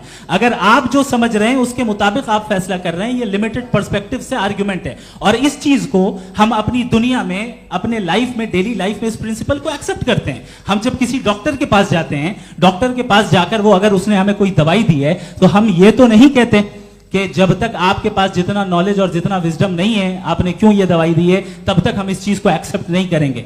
नहीं कहते, हम उसकी अथॉरिटी को तस्लीम करते हैं। क्यों? क्योंकि उसकी हम जानते हैं कि वो नॉलेजेबल है, वो विजडम वाला है, हमसे ज्यादा नॉलेज और हमसे ज्यादा विजडम है। बताएं सर। डॉक्टर में और खुदा में बड़ा डिफरेंस है। डॉक्टर पढ़ा लिखा होता है एक, तो मैं उसकी बात सुनूंगा। दोयम ये नहीं कुछ जवाब तो ये भी नहीं है सर। प्लीज आप अगर सब ऑडियंस से बोलने लगेंगे तो फिर मतलब नहीं सिविलाइज्ड बहस का। मतलब आप ये कहें कि चूंकि आप डॉक्टर पे बिलीव करते हैं इसलिए खुदा पे बिलीव किए, क्या ये मिसाल आपको समझाने के लिए आर्गुमेंट है, इस पे आपको एतराज नहीं है। तो सिंपल बात ये है कि मैं अगर ये यकीन कर लूँ कि एक ओमनीपोटेंट, उसकी मसलहत है, ये जो बच्चे मर रहे हैं ये मसलहत है उसकी, मुझे नहीं चाहिए थी मसलहत। उसकी मसलहत नहीं, यही तो समझना है, मतलब एक्सपीरियंस। अच्छा, इस आपने अभी मेरी बात पूरी सुनी नहीं। मैंने कहा आपका पूरा आर्ग्यूमेंट दो फॉल्स असम्पशंस पर है। एक फॉल्स असम्पशन मैंने बता दिया, दूसरा फॉल्स असम्पशन यह है कि इस दुनिया में इविल के होने का कोई गुड रीजन नहीं है, जबकि हमारे पास बाज रीजंस मौजूद हैं, हमारे पास बाज वजूहात मौजूद हैं। अगर इस दुनिया में इविल ना हो तो आप गुड को डिफाइन कैसे करेंगे? अगर जुल्म ना हो आप इंसाफ को समझेंगे कैसे? अगर तारीकी ना हो तो आप लाइट को समझेंगे कैसे? बहुत अच्छे। अभी और सुन लें, अभी और बाकी है। ये तो बात बहुत पसंद आई साहब मुझे कि जब तक रेप ना हो तब तक औरतों की इज्जत का ख्याल आपने मेरा जवाब पूरा सुना ही नहीं। जब तक के बच्चों का कत्ल ना किया जाए तब तक आपको बच्चों की मासूमियत की इज्जत। आपने पूरा जवाब सुना ही। क्या बात है, क्या आपने नुक्ता निकाला? आपने पूरा जवाब सुना ही नहीं। आप सुन लें, मेरी बात सुन लें। ये मैंने आपको एक चीज बताई। दूसरी चीज, इस दुनिया में हम आए हैं टेस्ट के लिए, हमारा टेस्ट हो रहा है और हर इंसान का अलग अलग अंदाज में टेस्ट होता है। और इस दुनिया में अगर इविल मौजूद है तो वो इविल जरिया है हमारे अंदर ह्यूमन नोबल क्वालिटीज को डेवलप करने का और अलग अलग फील्ड में प्रोग्रेस करने का। और अगर हमारे अंदर और इस दुनिया में इविल नहीं होता तो बताइए टेस्ट का मतलब क्या होता? अगर मैं अपने स्टूडेंट को एमसीक्यूज दूं और उसमें सिर्फ राइट आंसर लिख कर दे दूं और कहूं तुम्हारा टेस्ट हो गया, ये मीनिंगलेस है। इस दुनिया में अगर हम टेस्ट के लिए आए हैं तो जाहिर है गुड एंड इविल दोनों मौजूद है। तो अगर गुड एंड इविल दोनों मौजूद है तो ये इविल भी खुदा का बनाया हुआ है? जी हाँ, खुदा का बनाया हुआ है। लेकिन अच्छा, चलो अच्छी बात। जी बिल्कुल, तो बिल्कुल खुदा ने बनाया। अभी तो ये है कि जो मेजॉरिटी है दुनिया में वो इविल है, तो ये खुदा एक्चुअली इविल के साइड पे लग रहा है मुझे। बिल्कुल भी नहीं, मेजॉरिटी में तो वो है। क्या बात कर रहे हैं भाई आप? कोई भी जो मुंसिफ होगा, चाहे आपका अपना घर हो जिसके आप सबसे बड़े हैं, चाहे आपकी ऑर्गेनाइजेशन हो जो आप चलाते हैं, वहां पर आप इविल रखेंगे साबित करने को कि बाकी लोग शरीफ हैं? मेरी बात सुनिए। क्या ये आर्ग्यूमेंट ही गलत है? अगर कि जब तक के कोई इविल नहीं होगा तब तक के शरीफ आदमी शरीफ नहीं लगेगा। अगर एग्जामिनर गलत ऑप्शन दे रहा है तो एग्जामिनर इविल नहीं हो गया, जो गलत ऑप्शन को सेलेक्ट कर रहा है वो फेल होगा। क्रिएटर ने इविल को बनाया है लेकिन वो इविल नहीं है। अच्छा सुनिए मेरी बात, let me complete sir. Creator ने इविल को बनाया है टेस्ट के लिए, वो इविल नहीं है। इविल वो होगा जो उसे इख्तियार करेगा। छुरी को बनाने वाला गलत नहीं होता है, छुरी का गलत इस्तेमाल करने वाला गलत होता है।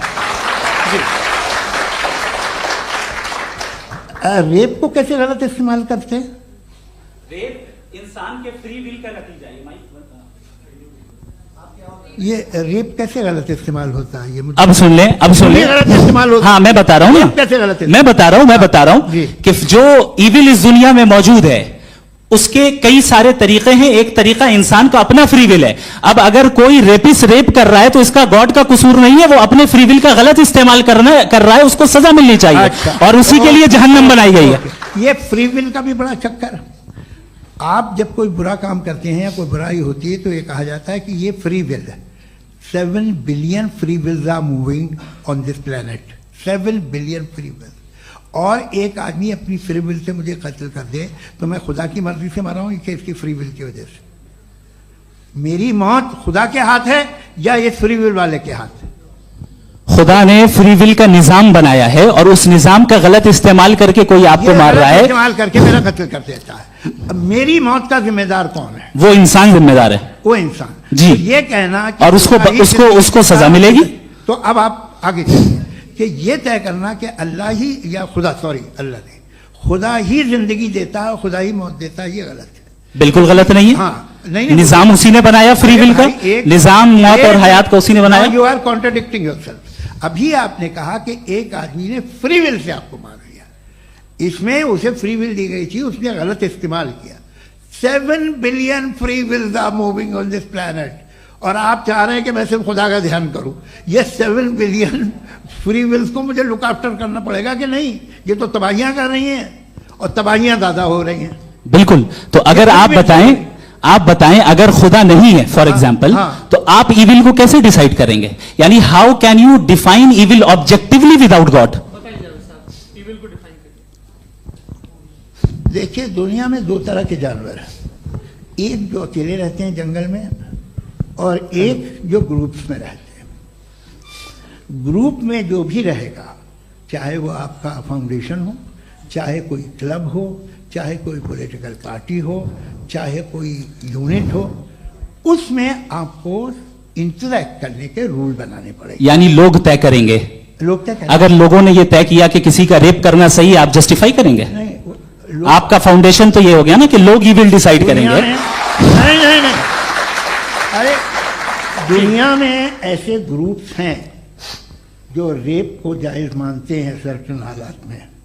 मैं डिटेल में नहीं जानूंगा, आप भी जानते हैं।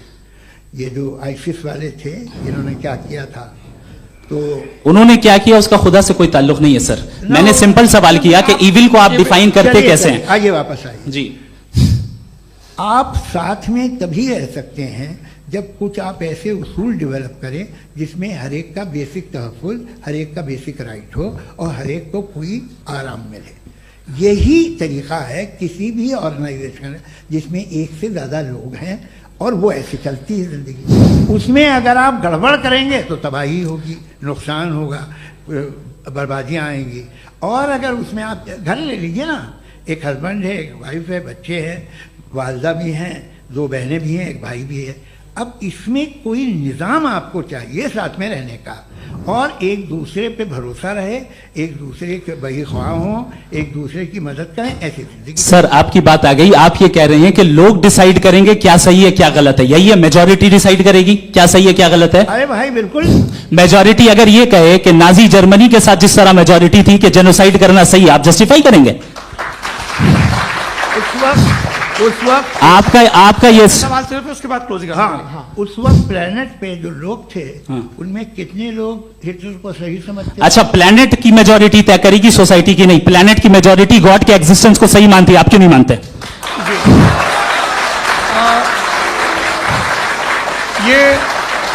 हेलो ये क्रॉस क्वेश्चन का राउंड यहां पर समाप्त होता है। और ये बड़ा अच्छा है कि इस तरह से फ्रेगमेंट कर दिया गया है ताकि जो मरकरी ऊपर जा रहा है नीचे जवाब दे दूं। जी। प्लेनेट की ज्यादातर मेजॉरिटी कुछ दूसरे मजहबों के खुदा को मानती है। आप उन्हें क्यों नहीं? आप तो मेजॉरिटी की बात कर रहे हैं। ये क्लोजिंग आप ये कह रहे हैं इविल और गुड को डिसाइड मेजॉरिटी करेगी। मेजॉरिटी जो कर दे वो सही हो जाएगा। क्लोजिंग इसको जैसा आप ही लोगों ने तय किया है उसी फॉर्मेट को फॉलो कर लेते हैं। हाँ भाई, मैंने तो भले लोगों पे एतबार किया और तब मॉडरेशन तय किया।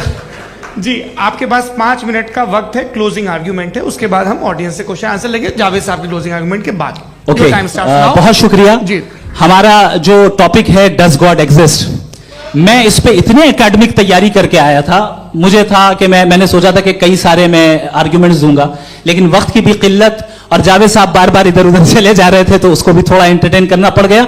डज गॉड एग्जिस्ट पे मैं एक ही आर्ग्यूमेंट दे पाया। आर्ग्यूमेंट्स बहुत हैं और डेफिनेटिव आर्ग्यूमेंट्स हैं, और मेरे आर्ग्यूमेंट को किसी एक राउंड में भी इन्होंने एंटरटेन नहीं किया और रेफ्यूट नहीं किया। एक राउंड में भी नहीं, एक राउंड में भी नहीं। और ना ही अभी आपका क्लोजिंग आर्ग्यूमेंट आएगा, नहीं वो बता देना। Argument of contingency sir. अरे मैं आपसे कई बार कह चुका हूं कंटीजेंसी का मतलब अब मैं कैसे समझाऊं आपको? आपस में हाँ, आप और कितने आसानी से समझाऊं मैं, मुझे तो नहीं समझ में आ रहा है। आप अपनी आर्ग्यूमेंट ऑफ कंटीजेंसी उर्दू में बोल सकते हैं। हाँ, आप अपनी बात पूरी कर लें जी। आखिरी 4 मिनट। दूसरी चीज, just a minute please ma'am, can I talk? दूसरी चीज ये है कि आपने एक तो इसका जवाब नहीं दिया, दूसरा आपने गॉड के ना होने पर कोई डेफिनेटिव आर्ग्यूमेंट नहीं दिया, सिर्फ मजहब पे बात कर रहे हैं आप। मजहब तो आज हमारा टॉपिक ही नहीं था। आज तो हमारा टॉपिक हो, आप मजहब से ले लेकर आईएस तक चले गए। भाई हमारा क्या ताल्लुक है उससे? We condemn them. और उसका गॉड से क्या ताल्लुक है? अगर कोई गलत काम कर रहा है, किसी ने किसी को कत्ल किया, किसी ने किसी का रेप किया, उसको सजा मिलनी चाहिए। और आपके पास कोई भी rational strong foundation of morality नहीं है। आपने कहा कि मेजॉरिटी तय करेगी सोसाइटी की, वो सही होगा। मैंने कहा हिटलर को फिर आप सही कहेंगे, नहीं, प्लैनेट की सोसाइटी की मेजॉरिटी तय करेगी। तो प्लैनेट की मेजॉरिटी गॉड के एग्जिस्टेंस को मानती है, आप कह रहे हैं ये रिलीजियस है। तो यानी आपके पास कोई स्ट्रॉन्ग फाउंडेशन नहीं है ऑब्जेक्टिव मोरालिटी का। ऑब्जेक्टिव मोरालिटी का अगर कोई फाउंडेशन है तो वो सिर्फ गॉड है, गॉड है, गॉड है। थैंक यू जी। ये मुफ्ती शमाइल नदवी साहब का क्लोजिंग आर्ग्यूमेंट था। अब हमारे पास जी जी ये बड़ा अच्छा है कि दोनों लोगों को मॉडरेटर से शिकायत भी और बोल रहे भाई हमारी शाबाशी भी तो करते चलो। अब मेरी बात जी, आपके पास जावेद अख्तर साहब 5 मिनट का वक्त है। ये आपका क्लोजिंग आर्ग्यूमेंट है, टाइम रीसेट कर दें जी। देखिए, बहुत सारी बातें हैं। गॉड का डेफिनेशन दुनिया के किसी भी रिलीजन में है कि वो ओमनीपोटेंट है, ओमनीप्रेजेंट है, he is just, he is kind, he loves you and so on. मैं जब दुनिया देखता हूँ तो मुझे कोई ऐसा सुप्रीम पावर यहाँ दिखाई नहीं देती है जो इंसान की बहबूदी के लिए कुछ कर रही हो, कमज़ोर को बचा रही हो, मदद कर रही हो, जालिम को पीछे हटा रही हो। मैं नहीं देखा, तारीख में नहीं। एक तो अगर है और ये देख रहा है तमाशा, तो उसका होना न होना बराबर है। दोयम ये कि ये जो है, जब आप ये कहते हैं कि कायनात जिसकी कंटिजेंसी है, मैं देखिए वो लफ्ज़ इस्तेमाल किया मैं, तो ये कैसे हो सकती है भाई? और फौरन आप सरेंडर कर देते हैं कि जाहिर है कि इसका बनाने वाला तो इससे 10,000 गुना ज़्यादा कॉम्प्लिकेटेड होगा। उस पर आपके होने पे कोई इतराज़ नहीं है। उसे वो टाइमलेस है, वो पहले से था, टाइम तो बहुत बाद में आया। ये सब आप मानने को तैयार है जिसका आपके पास कोई सबूत नहीं, आपके पास कोई रीज़न नहीं है। आपकी तारीख क्या है मजहबों की? बिलीफ की, जो खुदाओं का बिलीफ है, ये कॉन्स्टेंटली गलत साबित होता रहा है। मतलब आप कहें कि अरिस्टोटल के ज़माने में तो सब जाहिल थे, वो भी इतने ही यकीन से खुदा पे यकीन रखते थे, जो अब नहीं रहा। ये भी नहीं रहेगा, आप लिख लीजिए। और इसके आसार आपको दुनिया में दिखाई देना शुरू हो चुके हैं। ये बहस क्या आज से 100 साल पहले इस तरह हो सकती थी? यहाँ तक तो आपको हम ले आए हैं। तो सर अरे इनको मदद की जरूरत नहीं भाई, ये सेल्फ सफिशिएंट आदमी है, आप क्यों इनकी मदद कर रहे हैं? Sir please. तो ये जो है तमाम बातें अपनी जगह हैं। ये एक पैकेज है। आप अकेले, कोई आदमी ऐसा नहीं जो सिर्फ गॉड को मानता हो, उसके साथ बहुत पैराफर्नेलिया आता है, अलग अलग पैराफर्नेलिया आते हैं। They have always created chaos in the society. मैं तो आपको सीधा ऑफर देता हूँ कि दुनिया में 10 इम्पॉर्टेंट बिलीव्स हैं। आप एक मानते हैं, 9 नहीं मानते, 9 में आप एथियस्ट हैं, 9 को आप बिल्कुल रीजनेबली मेरी तरह देखते हैं। तो 90 मजहबी आदमी भी 90% एथियस्ट है। वो दूसरे खुदा नहीं मानता, एक खुदा मानता है, अपना वाला, बाकियों को कहता है गलत है। अगर आप मानना ही बंद कर दे तो आपका 10% चांस है कि आप सही हैं और 90% चांस है कि आप गलत हैं। मेरा मशवरा है, आप मानना छोड़ दिए तो 50% चांस होगा कि आप सही हैं और 50% चांस होगा, 40% आप गेन करेंगे बाय बिकमिंग एथियस्ट।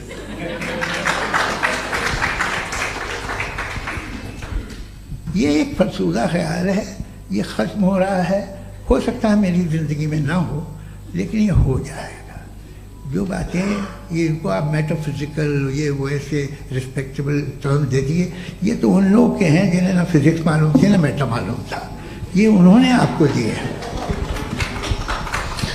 जी बहुत शुक्रिया आप दोनों लोगों का। और अब इस बातचीत का आखिरी राउंड शुरू होगा, डज गॉड एग्जिस्ट की ये बहस मुफ्ती शमाइल नदवी और जावेद अख्तर साहब के बीच। आप लोग अपने अपने हाथ ऊपर करेंगे, मैं यहाँ से तय करूँगा और माइक हमारे पास है क्या? एक ही माइक है ऑडियंस के लिए? 2 माइक है, एक इस तरफ एक इस तरफ, ठीक है। तो जी सबसे पहले हमारी सहयोगी है मारिया शकील जी, पूछिए सवाल। थोड़ा सा रुकेंगे ताकि कैमरे का फ्रेम आप पर आ जाए, आपकी तो प्रैक्टिस है टीवी की। जी नदवी साहब, मैं खुदा को मानती हूँ, पहले मैं इसी प्रमाइस से शुरू कर रही हूँ और ये बता रही हूँ आपको, मैं मानती हूँ, लेकिन कुछ सवाल हैं जो जावेद साहब ने उठाया, उसका जवाब आपको देना चाहिए। पहला सवाल ये कि गजा में सालों से छोटे बच्चे मर रहे हैं, वो उनको, अगर खुदा मर्सीफुल है, हम मानते हैं कि अल्लाह ताला में बहुत ताकत है, तो वो बच्चे क्यों मर रहे हैं? दूसरी बात ये कि अगर कंटिजेंसी की जो आप बात करते हैं, पूरे मुस्लिम ममालिक मिल करके भी उन गजा के बच्चों को क्यों नहीं बचा पा रहे हैं? क्योंकि अगर वो चाहते, क्योंकि अल्लाह ताला उन पर हुकूमत करते हैं, सब पर हुकूमत करते हैं, तो वो उनको क्यों नहीं बचा? जी थैंक यू वेरी मच। बहुत अच्छा किया आपने इस चीज को जिक्र कर दिया, मैं इसको और अच्छे से एक्सप्लेन करने की कोशिश करता हूं। देखें, जहां तक आपने कहा कि गजा के बच्चों को मारा जा रहा है, देखिए 2 वर्ल्ड व्यू है, एक एथीस्टिक वर्ल्ड व्यू, एक थीस्टिक वर्ल्ड व्यू है। बच्चे मर रहे हैं दोनों वर्ल्ड व्यू में, लेकिन हमारा वर्ल्ड व्यू कह रहा है कि रिकॉम्पेंस है, ये कह रहे हैं कि उनका मरना बेकार जाने वाला है, कोई उसका रिकॉम्पेंस नहीं है, चूंकि इनके यहां आखिरत और अल्लाह का कोई तसव्वुर या गॉड का कोई तसव्वुर नहीं है। आपने ये सवाल किया कि गॉड मर्सीफुल है, क्यों नहीं रोकता? ये मैंने बताया कि ये मिसकंसेप्शन है लोगों के दरमियान कि गॉड को सिर्फ मर्सीफुल और ओमनीपोटेंट समझते हैं। गॉड के सिर्फ यही 2 एट्रीब्यूट्स नहीं है, गॉड के कई सारे एट्रीब्यूट्स हैं, उनमें से अल हकीम भी है, उनमें से ऑल वाइज भी है, ऑल नोइंग भी है। लिहाजा अगर इस दुनिया में किसी को तकलीफ आ रही है और गॉड उसको नहीं रोक रहा है, वो इसलिए नहीं रोक रहा है चूंकि इंसानों को फ्री विल दिया गया है। ठीक इसी तरीके से अगर एक डॉक्टर किसी छोटे बच्चे को इंजेक्शन लगा रहा है, उसे तकलीफ पहुंच रही है, उसके लिमिटेड पर्सपेक्टिव के एतबार से यह गलत हो रहा है और डॉक्टर बुरा है, लेकिन जब आप ब्रॉडर पिक्चर को देखेंगी, आपके और हमारे पास सिर्फ एक पिक्सल है, हमें इतना नजर आ रहा है कि गजा में कत्ल हो रहा है, लेकिन इसके पीछे कितना रिकॉम्पेंस उनको मिलने वाला है, पूरा पिक्चर गॉड के पास है। तो एक पिक्सल से आप पूरे पिक्चर को कभी भी जज नहीं कर सकती। आप इसमें कुछ जोड़ना चाहेंगे? आपको कुछ बोलना है इसमें? भैया आपने बहुत अच्छा जस्टिफिकेशन दिया, या आप वो जो वहाँ के प्राइम मिनिस्टर इजराइल के उन्हें भेजिए, वो बहुत खुश होंगे। आप जस्टिफिकेशन दे देना कि अगर गॉड नहीं है तो बच्चे क्यों मर रहे हैं, आप बताएं। वो ये सवाल पूछ रहे हैं कि अगर आप ईश्वर का अस्तित्व नहीं मानते हैं तो उन बच्चों की मौत को आप कैसे इंटरप्रेट करते हैं? भाई ये दुनिया जो है, जो ताकतवर लोग होते हैं वो एक नाइंसाफी करते हैं। तो ये अच्छा काम है आपके नजदीक, तो नेचर नाइंसाफी पे मबनी है। अरे मेरे भाई, आप नेचर की कहाँ बात कर रहे हैं, तो इंसान की बात। तो फिर जब मैं इंसान की बात कर रहा था, आप नेचर की बात करने लगे। क्रॉस एग्जामिनेशन नहीं। हाँ, अब आप मुझे बोलने नहीं देंगे तो अलग बात है, आप बोलिए, मुझे कोई जल्दी नहीं। जी नहीं, ये क्रॉस एग्जामिनेशन। मुझे बोल तो लेने दीजिए। जी बोलिए। क्या बात ये है कि ह्यूमन सोसाइटी तभी साथ में रह सकती है जब वो मोहब्बत से, एकता से, एक दूसरे के एहतराम करके रहे। इसके अलावा पॉसिबल नहीं है, अकेले तो इंसान रह नहीं सकता। वहाँ पर कुछ लोग हैं जो फाउल करते हैं, वो फाउल हमेशा से तारीख में होता आया है। आज ये हो रहा है, जो हो रहा है बहुत बुरा हो रहा है, बहुत जालिमाना है, बहुत जाबराना है। उसको आप कहें कि ये बच्चों को कॉम्पनसेशन मिल जाएगा या इसकी इंजेक्शन है, इंजेक्शन तो हेल्थ के लिए दिया जाता है। आप ये कह रहे हैं कि ये बच्चों की जो धज्जियां उड़ रही हैं ये इंजेक्शन है, ये टेस्ट है, ये टेस्ट है और उस टेस्ट में उनको ऐसा रिकॉम्पेंस मिलेगा जो आपके तसव्वुर के बाहर है। ये आप 3 बरस के बच्चे को बारूद से उड़ा के टेस्ट ले रहे हैं। वाह, वो नहीं ले रहा है, खुदा नहीं उड़ा रहा है, इजराइल उड़ा रहा है। जी, ये तो उसको कंडेम अगला सवाल लेते हैं प्रोफेसर पुरुषोत्तम अग्रवाल।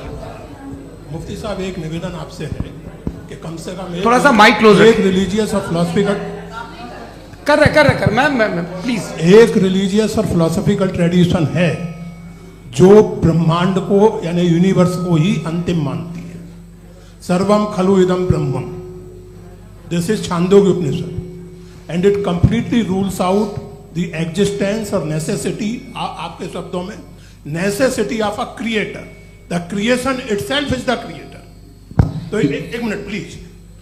दूसरा जो सवाल आपने अभी, जो आप बार बार कह रहे हैं कि भगवान विद्वान भी है, वाइज, सब जानने वाला। तो अगर विजडम में दुनिया भर के पापों और अत्याचारों को बर्दाश्त करना शामिल है, तो फिर इसका मतलब ये हुआ कि अगर मैं फ्री विल से उसको अपोज करता हूं तो ईश्वर की विजडम और मेरी फ्री विल में कॉन्ट्राडिक्शन है। Because when I am opposing whatever is happening in Gaza, then I am opposing the God's will और गॉड्स विजडम। जवाब लेते हैं क्योंकि तो गॉड की विजडम में, एक मिनट सर प्लीज सर, ये एक जुमला, गॉड की विजडम है कि गाजा में जो कुछ हो रहा है वो हो रहा है, मैं उसका अपोज कर रहा हूं, तो मैं गॉड की विजडम के खिलाफ जा रहा हूं। एक सवाल। दूसरा ये नहीं, आपने दो ऑलरेडी। सर आप और सवाल कर लें, लेकिन मुझे दो जवाब दे। पहले आपने ये कहा, सुनिए मेरी बात सुनिए। इजराइल के गॉड के मुताबिक तुम्हारा ठीक हो रहा है ना? नहीं हो रहा है, ठीक नहीं हो रहा है। मैं बता रहा हूं क्या हो रहा है, आप तशरीफ रखिए, मैं बता रहा हूं क्या हो रहा है। Let me complete please. एक सेकंड गाइस, एक सेकंड। ये देखिए, ऐसा है कि ये सब बड़ा आपस में विचार विमर्श के बाद ये तय हुआ था कि कुछ नियम बना लिए जाएं ताकि एक टाइम बाउंड बातचीत चले। और भाई साहब, आप बड़ा जरूरी काम कर रहे हैं, लेकिन कैमरे के फ्रेम में आके उस काम को गड़बड़ कर दे रहे हैं। ठीक है गुरु, अब मेरे को कहीं का गुस्सा कहीं निकालना था, सॉरी। नहीं, कोई गुस्सा नहीं है जी। तो प्रोफेसर ने सवाल पूछे, आप उनके जवाब दें, और थोड़ा ये सब लोग थोड़ा ख्याल रखें भाई, सवाल संक्षिप्त रखें जी। आपने दो सवाल किया। सबसे पहला ये कहा कि हमारे पास ये कॉन्सेप्ट है कि ये यूनिवर्स खुद नेसेसरी बीइंग है, creation itself is the creator.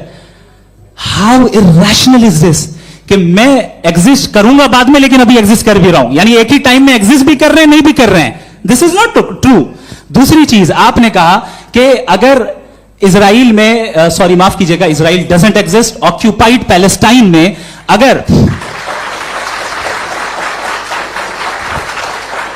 अगर ऑक्यूपाइड पैलेस्टाइन में बच्चों को मारा जा रहा है फ्री विल की वजह से और गॉड नहीं रोक रहा, ये कॉन्ट्रडिक्शन है। ये बताइए कि एक एग्जाम में एक बच्चा गलत आंसर लिख रहा है, सुनिए, एग्जामिनर चाहे तो रोक सकता है, क्यों नहीं रोक रहा है? ये कॉन्ट्रडिक्शन है, ये कॉन्ट्रडिक्शन नहीं है। माइक नहीं सर, ये आपस में जी, ये क्या आपका सवाल? माइक दीजिए। फ्री विल दिया गया है टेस्ट के लिए, अकाउंटेबिलिटी के लिए। अगर फ्री विल नहीं होता तो आप कहते हैं हमें रोबोट बना दिया गया। नॉट मिसरिप्रेजेंट माय पोजीशन, आपकी जो भी पोजीशन, मैं अपनी फ्री विल के नाते, अपने ह्यूमन विजडम के नाते गाजा में हो रही अत्याचार का विरोध करता हूं। बिल्कुल करना चाहिए। के हिसाब से मैं गॉड की विजडम का विरोध कर रहा हूं? बिल्कुल नहीं, जो हो रहा है गॉड, बिल्कुल भी नहीं, बिल्कुल भी नहीं। उसका वहां पर गाजा में कत्ल होना ये इंसानों के गलत इस्तेमाल का नतीजा है, फ्री विल के इस्तेमाल का नतीजा है। गॉड इसका हुक्म नहीं देता, उससे रोकता है। यही तो मसला है ना, आपके लिए कॉन्सेप्ट क्लियर है? नहीं भाई, आपने तो बताया था इंजेक्शन लगाने से बच्चे को तकलीफ होती है, ये इंजेक्शन लगा। सर आप ऐसे रेटोरिक स्टेटमेंट दे तब तो कोई मसला नहीं समझते रहेंगे। This is a rhetoric statement, this is not a logical argument sir. I am sorry, I am sorry. आखिरी 30 मिनट बड़े मुश्किल होने वाले हैं जी। मुफ्ती साहब आगे बैठे हैं, इनको माइक दीजिए। हाँ तरुण, माइक आप अपने पास रखिए, आपको कैमरे का फ्रेम पता है जी। सबसे पहले दोनों को मुबारकबाद। एक सर अपना आप नाम बता दें। आप अमेरिका में शिकागो में रहते हैं, इतना मुझे याद है। बताया आपको, यासिर नदीम अलवाजदी मेरा नाम है। जावेद सर आपसे एक क्वेश्चन है इन्फिनिट रिग्रेस के ताल्लुक से। एक हाइपोथेटिकल सिनेरियो है, मसलन अगर आप सर माइक थोड़ा सा प्लीज क्लोज रखिए जी। अगर आप शायर इसलिए हैं कि आपके कोई उस्ताद शायर थे, और वो इसलिए शायर थे कि उनके कोई उस्ताद शायर थे, और इसी तरीके से हम माजी में पीछे चलते चलते चले जाएं और कहीं ना रुके, तो माफ कीजिएगा आप कभी शायर नहीं हो सकते। लेकिन आप शायर हैं, आपका शायर एग्जिस्ट करता है, इसका मतलब यह है कि आप कहीं ना कहीं रुके हैं। तो मेरा सवाल यह है कि क्या आप इन्फिनिट रिग्रेस ऑफ कॉजेस को लॉजिकल फैलेसी मानते हैं या नहीं मानते? हाँ या ना? मैं इन्हें लॉजिकल फैलेसी नहीं मानता हूँ, लेकिन मेरा प्रॉब्लम यह है कि जब मैं नहीं मानता हूँ तो I will continue with this logic जो फैलेसी नहीं हो। आप एक जगह रुक जाते हैं जाके, आप कहते हैं ये गेंद कैसे बनी, ये जजीरा कैसे बना, ये समंदर कैसे बना, ये ज़मीन कैसे बनी, और अचानक गॉड पे जाके आपको ब्रेक लग जाता है। एक बार आप सवाल नहीं करते कि भाई इनको बनाने वाला तो इनसे भी कॉम्प्लिकेटेड होगा, वो कैसे बना, उसके बारे में आपने इत्मीनान कर लिया, वो हमेशा से है। तो अगर आप उसे हमेशा से मानते हैं तो फिर ये मान लीजिए कि कायनात हमेशा से है, क्या तकलीफ है? हम वजूद में नहीं आते जी हैं? हम मौजूद नहीं। अच्छा सर क्यों नहीं हो? मैं बताऊंगा प्लीज। जैसे मैंने मिसाल दी आपके शेर, आपका शेर कभी वजूद में ना आता अगर शायर इसी तरह चलते रहते हमेशा जी। माइक मेरे ख्याल से एक इन्फिनिट रिग्रेस का कॉन्सेप्ट क्लियर नहीं हो पाया, ऐसे रहने दें, लेट्स मूव ऑन सर। ठीक है। हाँ थोड़ा सा मॉडरेटर का भी ख्याल रखें। नहीं नहीं, आपने तो रखा है, आपने रखा है। यहाँ पे गौहर रजा साहब हैं, वो भी एक सवाल पूछना चाहते हैं। माइक या नीचे से ऑन कर दिए, नीचे। पहले तो ये कह दूं कि मैं उन बच्चों से शर्मिंदा हूं जिनको गजा में कत्ल किया गया, क्योंकि हमारे होते हुए कत्ल किया गया। लेकिन उससे ज्यादा शर्मिंदगी इस बात से हुई कि मुझे लगा कि मुफ्ती साहब उसको जस्टिफाई कर रहे हैं। बिल्कुल भी नहीं, आप बहुत ही गलत, मुझे लगा मैं गलत हो सकता हूं। बिल्कुल गलत। मैं सवाल पूछ रहा हूं, सवाल मैं देखिए, सवाल अगर पूछ रहा हूं। एक मैं जावेद भाई से डिसएग्री करता हूं। एक सेकंड देखिए, अगर देखिए ऐसा, एक सेकंड आप सर, वेट, अरे आप कुछ मेरे पहले मुझे अपनी बात कह लेने दीजिए। अगर ऑडियंस तय करेगी तो फिर मॉडरेटर का मतलब नहीं। मेरा आप सबसे ये कहना है, ये बहस दो लोगों के बीच में है, एक तरफ मुफ्ती साहब, एक तरफ जावेद साहब। पिछले 1.5 घंटे से ये लोग अपने अपने तर्क रख रहे हैं। आपकी इनसे इत्तेफाकी हो सकती है, ना इत्तेफाकी हो सकती है। मेरे उस्ताद मुझे सिखा गए हैं कि मुखामुखम में असहमति की गुंजाइश बची रहनी चाहिए। अगर मैं आपकी बहुत इज्जत करता हूं गौहर साहब, आपने जो कमाल की किताबें लिखी, साइंटिफिक टेम्परामेंट, लेकिन मेरी ये गुजारिश है आप सबसे कि यदि आप इन लोगों ने जो बोला उन पर टिप्पणियां करेंगे तो ना वक्त की पाबंदी रहेगी, ना वो अनुशासन। आप सवाल पूछ लें, उस सवाल में जो बात आ जाए वो आ जाए। मैं जावेद साहब से डिसएग्री करता हूं, इसलिए जावेद साहब से सवाल पूछ रहा हूं। आपका सवाल जावेद अख्तर साहब से, और सवाल यह है मेरा कि जावेद साहब ने कई बार लॉजिक का इस्तेमाल किया कि साइंस में लॉजिक है और रिलीजन में लॉजिक नहीं है। मेरा ख्याल यह है कि रिलीजन में भी लॉजिक है, लेकिन उस लॉजिक की बेसिस यह है कि आप रुक जाते हैं, जिसका जिक्र जावेद साहब ने बार बार किया, यानी खुदा के तसव्वुर पे आते हुए, गॉड के तसव्वुर पे आते हुए रुक जाते हैं। और इसमें सवाल पूछना मतलब फॉरबिडन होता है। सवाल यह है कि क्या जावेद साहब इससे एग्री करते हैं कि साइंस की लॉजिक अलग है और रिलीजन की लॉजिक अलग है? बताइए सर। देखिए, 3 चीज़ें हैं। साइंस है, एक है मंतिक है, इस्तिदलाल है, और एक जो है कुछ भी नहीं है, फेथ है, अकीदा है। मैं अकीदे की लॉजिक का कायल नहीं हूँ। मुझे आप इस्तिदलाल से, लॉजिक से, रीज़न से समझाइए, मैं मानने को तैयार हूँ, मेरा क्या नुकसान होगा।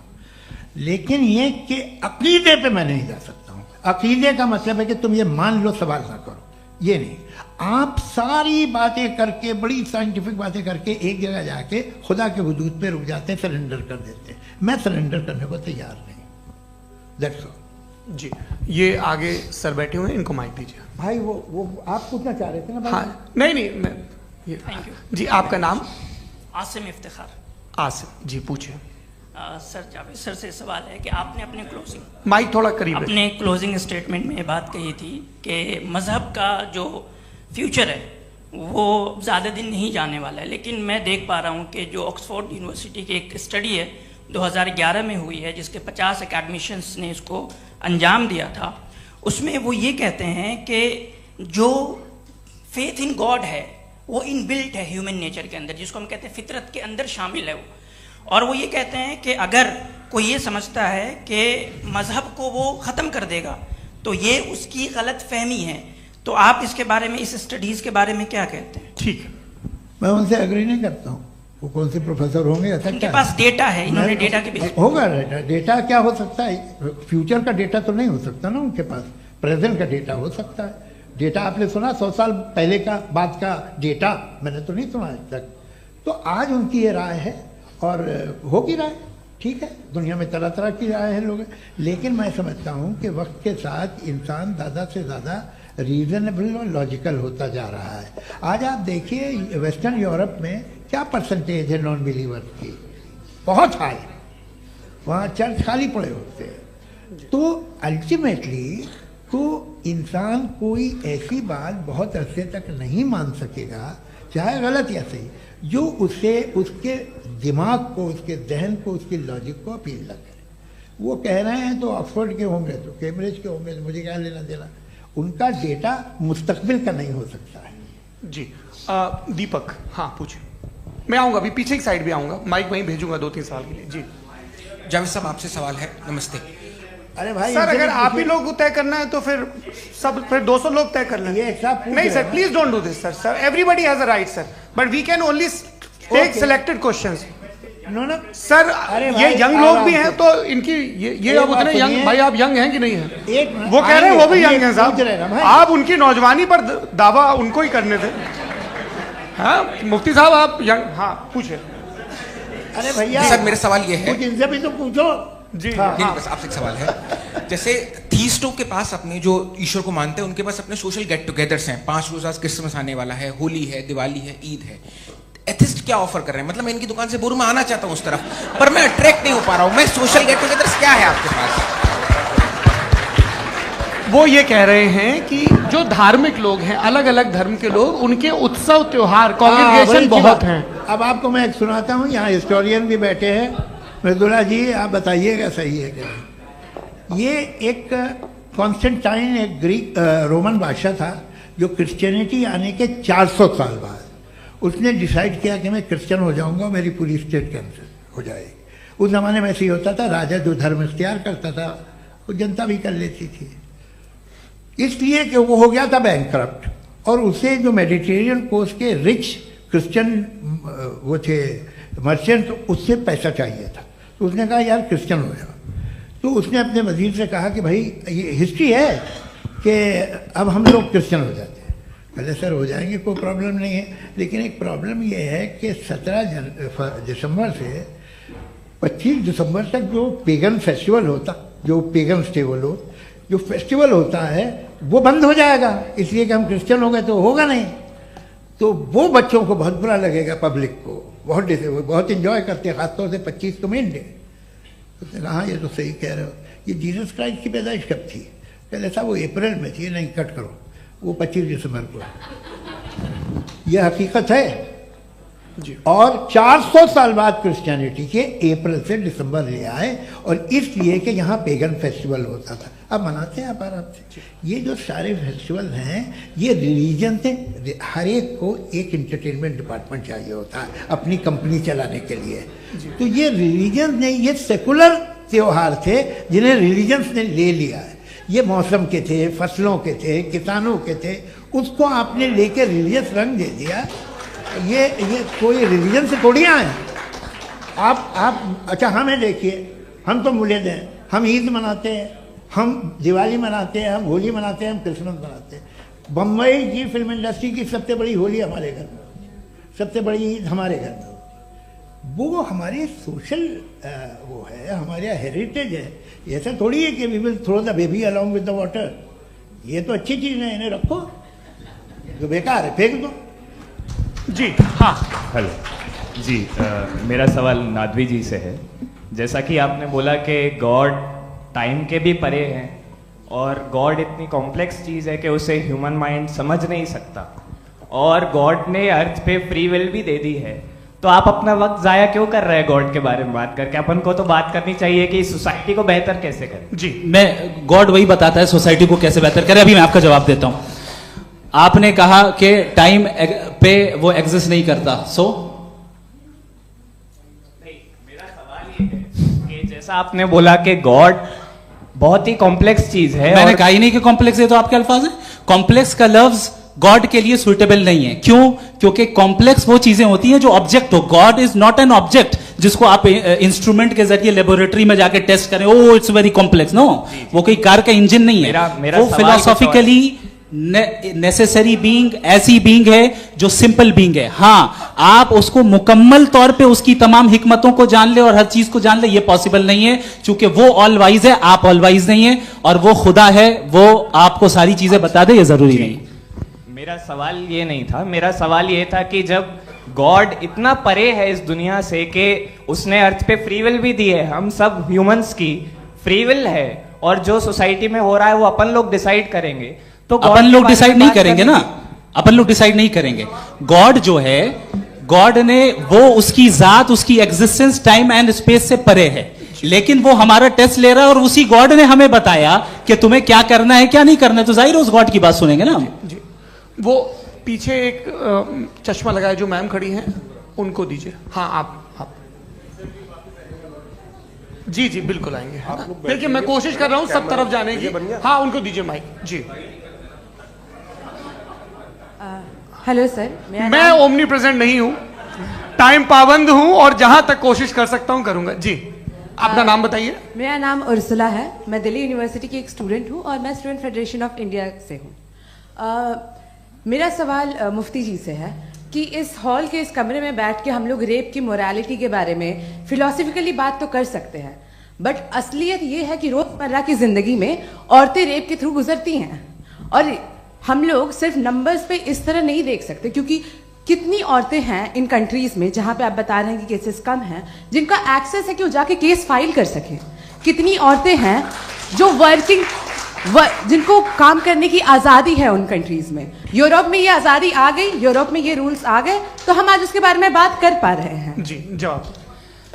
आपने ये कहा कि कमरे में बंद होकर हम लोग इस पर फिलोसफिकली बात कर सकते हैं, लेकिन हकीकत में क्या हो रहा है, वो ग्राउंड लेवल पे क्या हो रहा है जो बहुत गलत हो रहा है और वो सफर कर रही हैं। आई अग्री, बहुत गलत हो रहा है और जो गलत हो रहा है उसको हमें रोकना है। और क्यों रोकना है, वो गलत क्यों है, हमारे पास इसका ऑब्जेक्टिव फाउंडेशन है, इनके पास उसका ऑब्जेक्टिव फाउंडेशन नहीं है। मैं ये कहना चाह रहा हूं कि जहां पे भी जुल्म हो रहा है, जहां पे भी औरत पे जुल्म हो रहा है या उसकी इज्जत लूटी जा रही है या उसे तकलीफ पहुंचाई जा रही है, और सिर्फ औरत नहीं किसी इंसान के ऊपर भी जुल्म हो रहा है, तो उसके खिलाफ खड़ा होना, ये मोरालिटी हमारे पास गॉड के पास से आई है। वरना जावेद साहब तो कह रहे हैं कि जो है मेजॉरिटी डिसाइड करेगी, तो मेजॉरिटी तो कभी भी बदल सकती है। क्या आप ये थोड़ी सी आपको गलतफहमी है। मैं अगर मेरे जुमले से ये मदनत निकला या मैंने कहा तो ये जुमला मैं वापस लेता हूँ। ये मेरा मतलब ही नहीं था कि मेजॉरिटी डिसाइड करेंगे। मेजॉरिटी डिसाइड करे तो दुनिया में बड़ी, वैसे आपने कहा था ये जुमला, अच्छा हो सकता है, मैं मान रहा हूँ, बाद में रिकैप कर लेंगे। अरे एक सेकंड मैं अपनी एक्सप्लेनेशन देता हूँ। मुनासिब बात यह है कि हम सब के सब दिल में जानते हैं कि क्या अच्छा है क्या बुरा है, हमें पता है अच्छी तरह से। जो लोग बुरे काम करते हैं उन्हें भी मालूम अच्छा क्या है।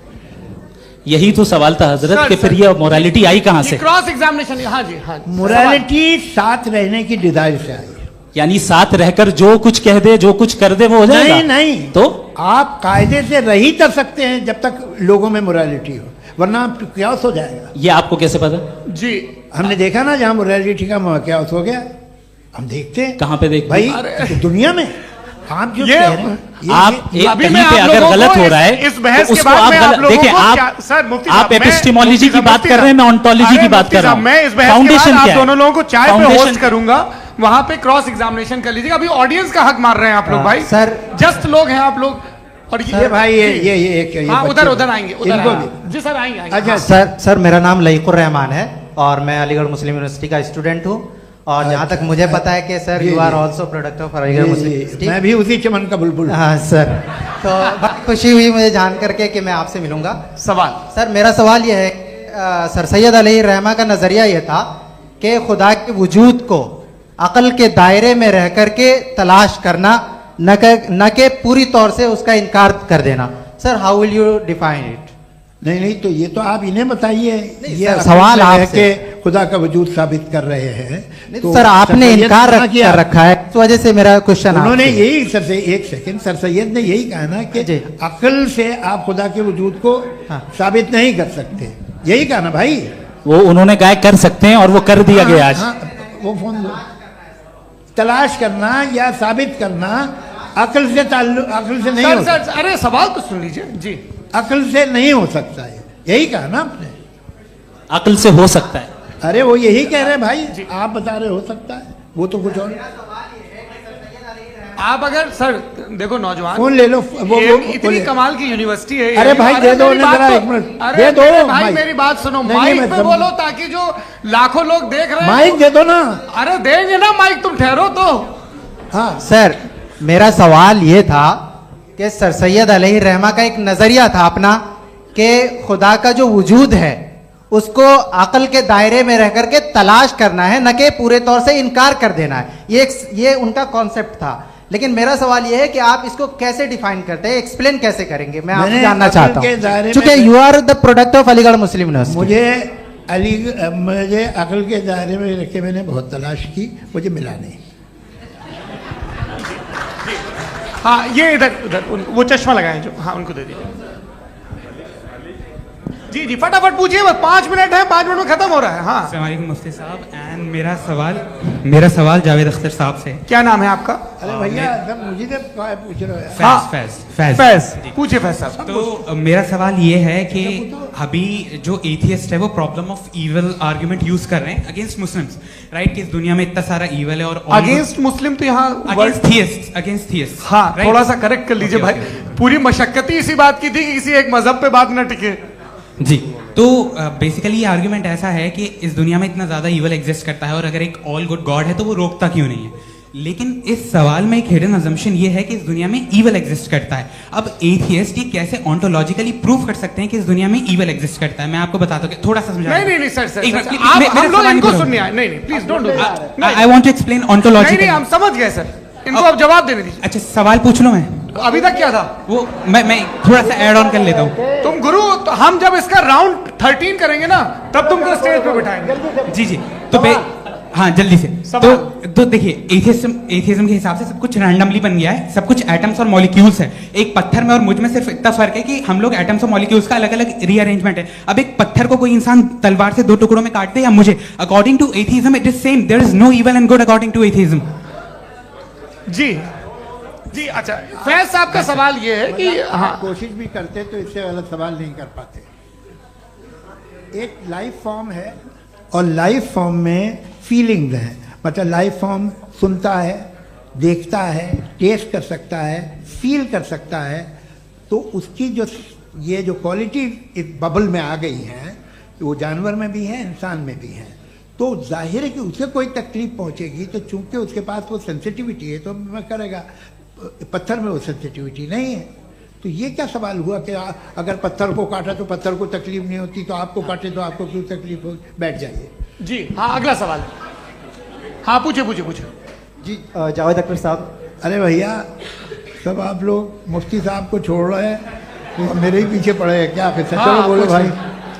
You asked how God can exist when children die in Gaza. Huh? You asked how God can exist when children die in Gaza, and you also mentioned the rise of atheism in Europe. But the same events also are leading many atheists and non-believers to turn towards faith. How do you interpret this contradiction, where suffering pushes some away from God, yet brings others closer to belief? आपको एक बात बताऊं, दुनिया perfect तो कहीं भी नहीं है, हर जगह कुछ खामियां हैं। बेटा एक मिनट, आप ही को कहेंगे देखो, वो तो कुछ खामियां, कमजोरियां, खराबियां सब जगह है। लेकिन अगर देखोगे ईमानदारी से कि दुनिया सबसे ज़्यादा महज़ब कहाँ है, एक आम शहरी को कहाँ हुकूक हासिल हैं, वो बोल सकता है, अपनी मर्ज़ी से काम कर सकता है, अपनी मर्ज़ी से राय दे सकता है, हुकूमत के ख़िलाफ़ बोल सकता है, बरसरे इक़्तिदार लोगों के बारे में बोल सकता है, सरमायादारों के ख़िलाफ़ बोल सकता है। तो आपको ये स्कैंडिनेवियन कंट्रीज़ में मिलेगा, वेस्टर्न यूरोप में मिलेगा। मैं नहीं कह रहा वो परफेक्ट है, बिल्कुल नहीं, वहाँ बहुत ख़राबियाँ भी हैं, परफेक्ट तो कोई। लेकिन जिन जिन मुल्कों में, लैटिन अमेरिका देखो, गल्फ देखो, वहाँ पर आपको ये ज़रूर है कि रेप नहीं होते होंगे। रेप की ज़रूरत क्या है भाई? उसको तो ख़रीद लो, घर में रखो, सड़क पर रेप करने की क्या ज़रूरत है? मगर सुनिए, मगर हकीकत ये है कि वहाँ शख्सी आज़ादी राय देने की, बोलने की नहीं है। जी ये एक आखिरी सवाल मुफ्ती साहब से। हाँ मैम, इनको माइक दीजिए। शुक्रिया। मेरा नाम मनीषा है, मैं हरियाणा से आई हूँ। मैं मुफ्ती साहब से एक बात पूछना चाहती हूँ। आप बार बार जावेद साहब को कॉन्ट्राडिक्ट तो कर रहे हैं कि आपने ये कहा, लेकिन आप भी अजम्पशंस के बेसिस पे बात कर रहे हैं। आपने खुदा के होने का कौन सा प्रूफ पेश किया है, खुदा की एग्जिस्टेंस का? अब इस सवाल को अलग रहने दीजिए, कौन एथीस्ट है कौन नहीं है। और दूसरी बात जो आपने एक छोटी सी कही थी कि ये फ्री विल का इस्तेमाल करता है इंसान अपनी, लेकिन इस फ्री विल का इस्तेमाल में मतलब खुदा ने ये दे दी सबको ये इजाजत कि वो कितना घिनौनापन और कितने ज्यादा खराब से खराब तरीके इस्तेमाल कर सकते हैं। जवाब सुनते जी। आप फ्री विल को मानती है ना, या अब कहती है कि फ्री विल नहीं है ना? मानती है ना? तो अब आपके पास इसका कोई एक्सप्लेनेशन नहीं है कि अगर एक इंसान उस फ्री विल का इस्तेमाल करके गलत काम कर रहा है और बच के अच्छी जिंदगी गुजार के निकल जा रहा है, उसका कोई रिकम्पेंस नहीं है। हमारे वर्ल्ड व्यू में जो इंसान गलत काम कर रहा है उसको भी रिकॉम्पेंस यानी उसका बुरा बदला मिलना है, और जो सही काम कर रहा है उसको सही बदला मिलना है। लिहाजा जो फ्री विल है वो इस तरीके से है कि एक लिमिटेड टाइम तक खुदा ने मोहलत दी। ऐसा नहीं कि छूट दे दी, जो करना है करते रहो हमेशा। वक्त आएगा जब एग्जाम का टाइम खत्म होगा तब रिजल्ट आएगा, दौराने एग्जाम जबरदस्ती आपको नहीं बताया जाएगा। अरे भाई एक सेकंड, जी एक सवाल मुफ्ती साहब से मेरा, मुफ्ती साहब से एक सवाल, रुक जाइए, आपसे फोन, आप इसके बाद आपसे माइक चेंज होगा। बोलिए। मैं मुफ्ती साहब एक ही सवाल करता हूँ कि अगर जो हो रहा है फ्री विल से हो रहा है और एक दिन बरोज़ क़यामत इंसाफ होगा मैशर में वगैरह वगैरह, तो दुआ क्यों मांगते हैं लोग? दुआ मांगते हैं इसके मतलब है अभी भी उसने ये डिपार्टमेंट रखा है कि मैं रोजमर्रा की जिंदगी में बिल्कुल बिल्कुल ही कैन। तो तुम कैन हो, तुम मुझे नौकरी दिला देते हो, मेरे बेटे को ग्रीन कार्ड दिला देते हो, और 45,000 बच्चे मरते हो उन्हें रोकते नहीं हो। नहीं तो क्या आप ये कह रहे हैं कि इस दुनिया में जालिमों को कभी पकड़ ही नहीं होती है? अरे जो भी पकड़ होगी वो बच्चे रोते हैं। बिल्कुल, देखिए मैंने अपने ओपनिंग स्टेटमेंट में यही कहा था कि जनाब जावेद साहब सिर्फ इमोशनल आर्गुमेंट देंगे। This is an emotional argument. ये छोटे मोटे इसके पीछे का रीजन मैंने बताया क्या है। देखिए मैं बार-बार यहाँ पर मंच से आप लोगों को सज्जनों इसलिए कह रहा हूं ताकि थोड़ा सा आपके कॉन्शियंस पे जोर रहे कि आपको ऑर्डर बचा के रखना है। वक्त तय हुआ था, ये वक्त पूरा हुआ, आपने इतने धैर्यपूर्वक सुना, मैं आप सबका बहुत बहुत शुक्रगुजार हूं। यदि इन दोनों विद्वानों की इच्छा होगी तो कभी हम इस बातचीत का राउंड 2, राउंड 3, यही तो देखिए खूबी है इंसान की कि बहस मुबाहसे में वो पड़ा रहता है। आप लोगों ने बड़े धैर्य का परिचय दिया, बहुत बहुत शुक्रिया। इसी के साथ ये बातचीत यहाँ पे समाप्त होती है।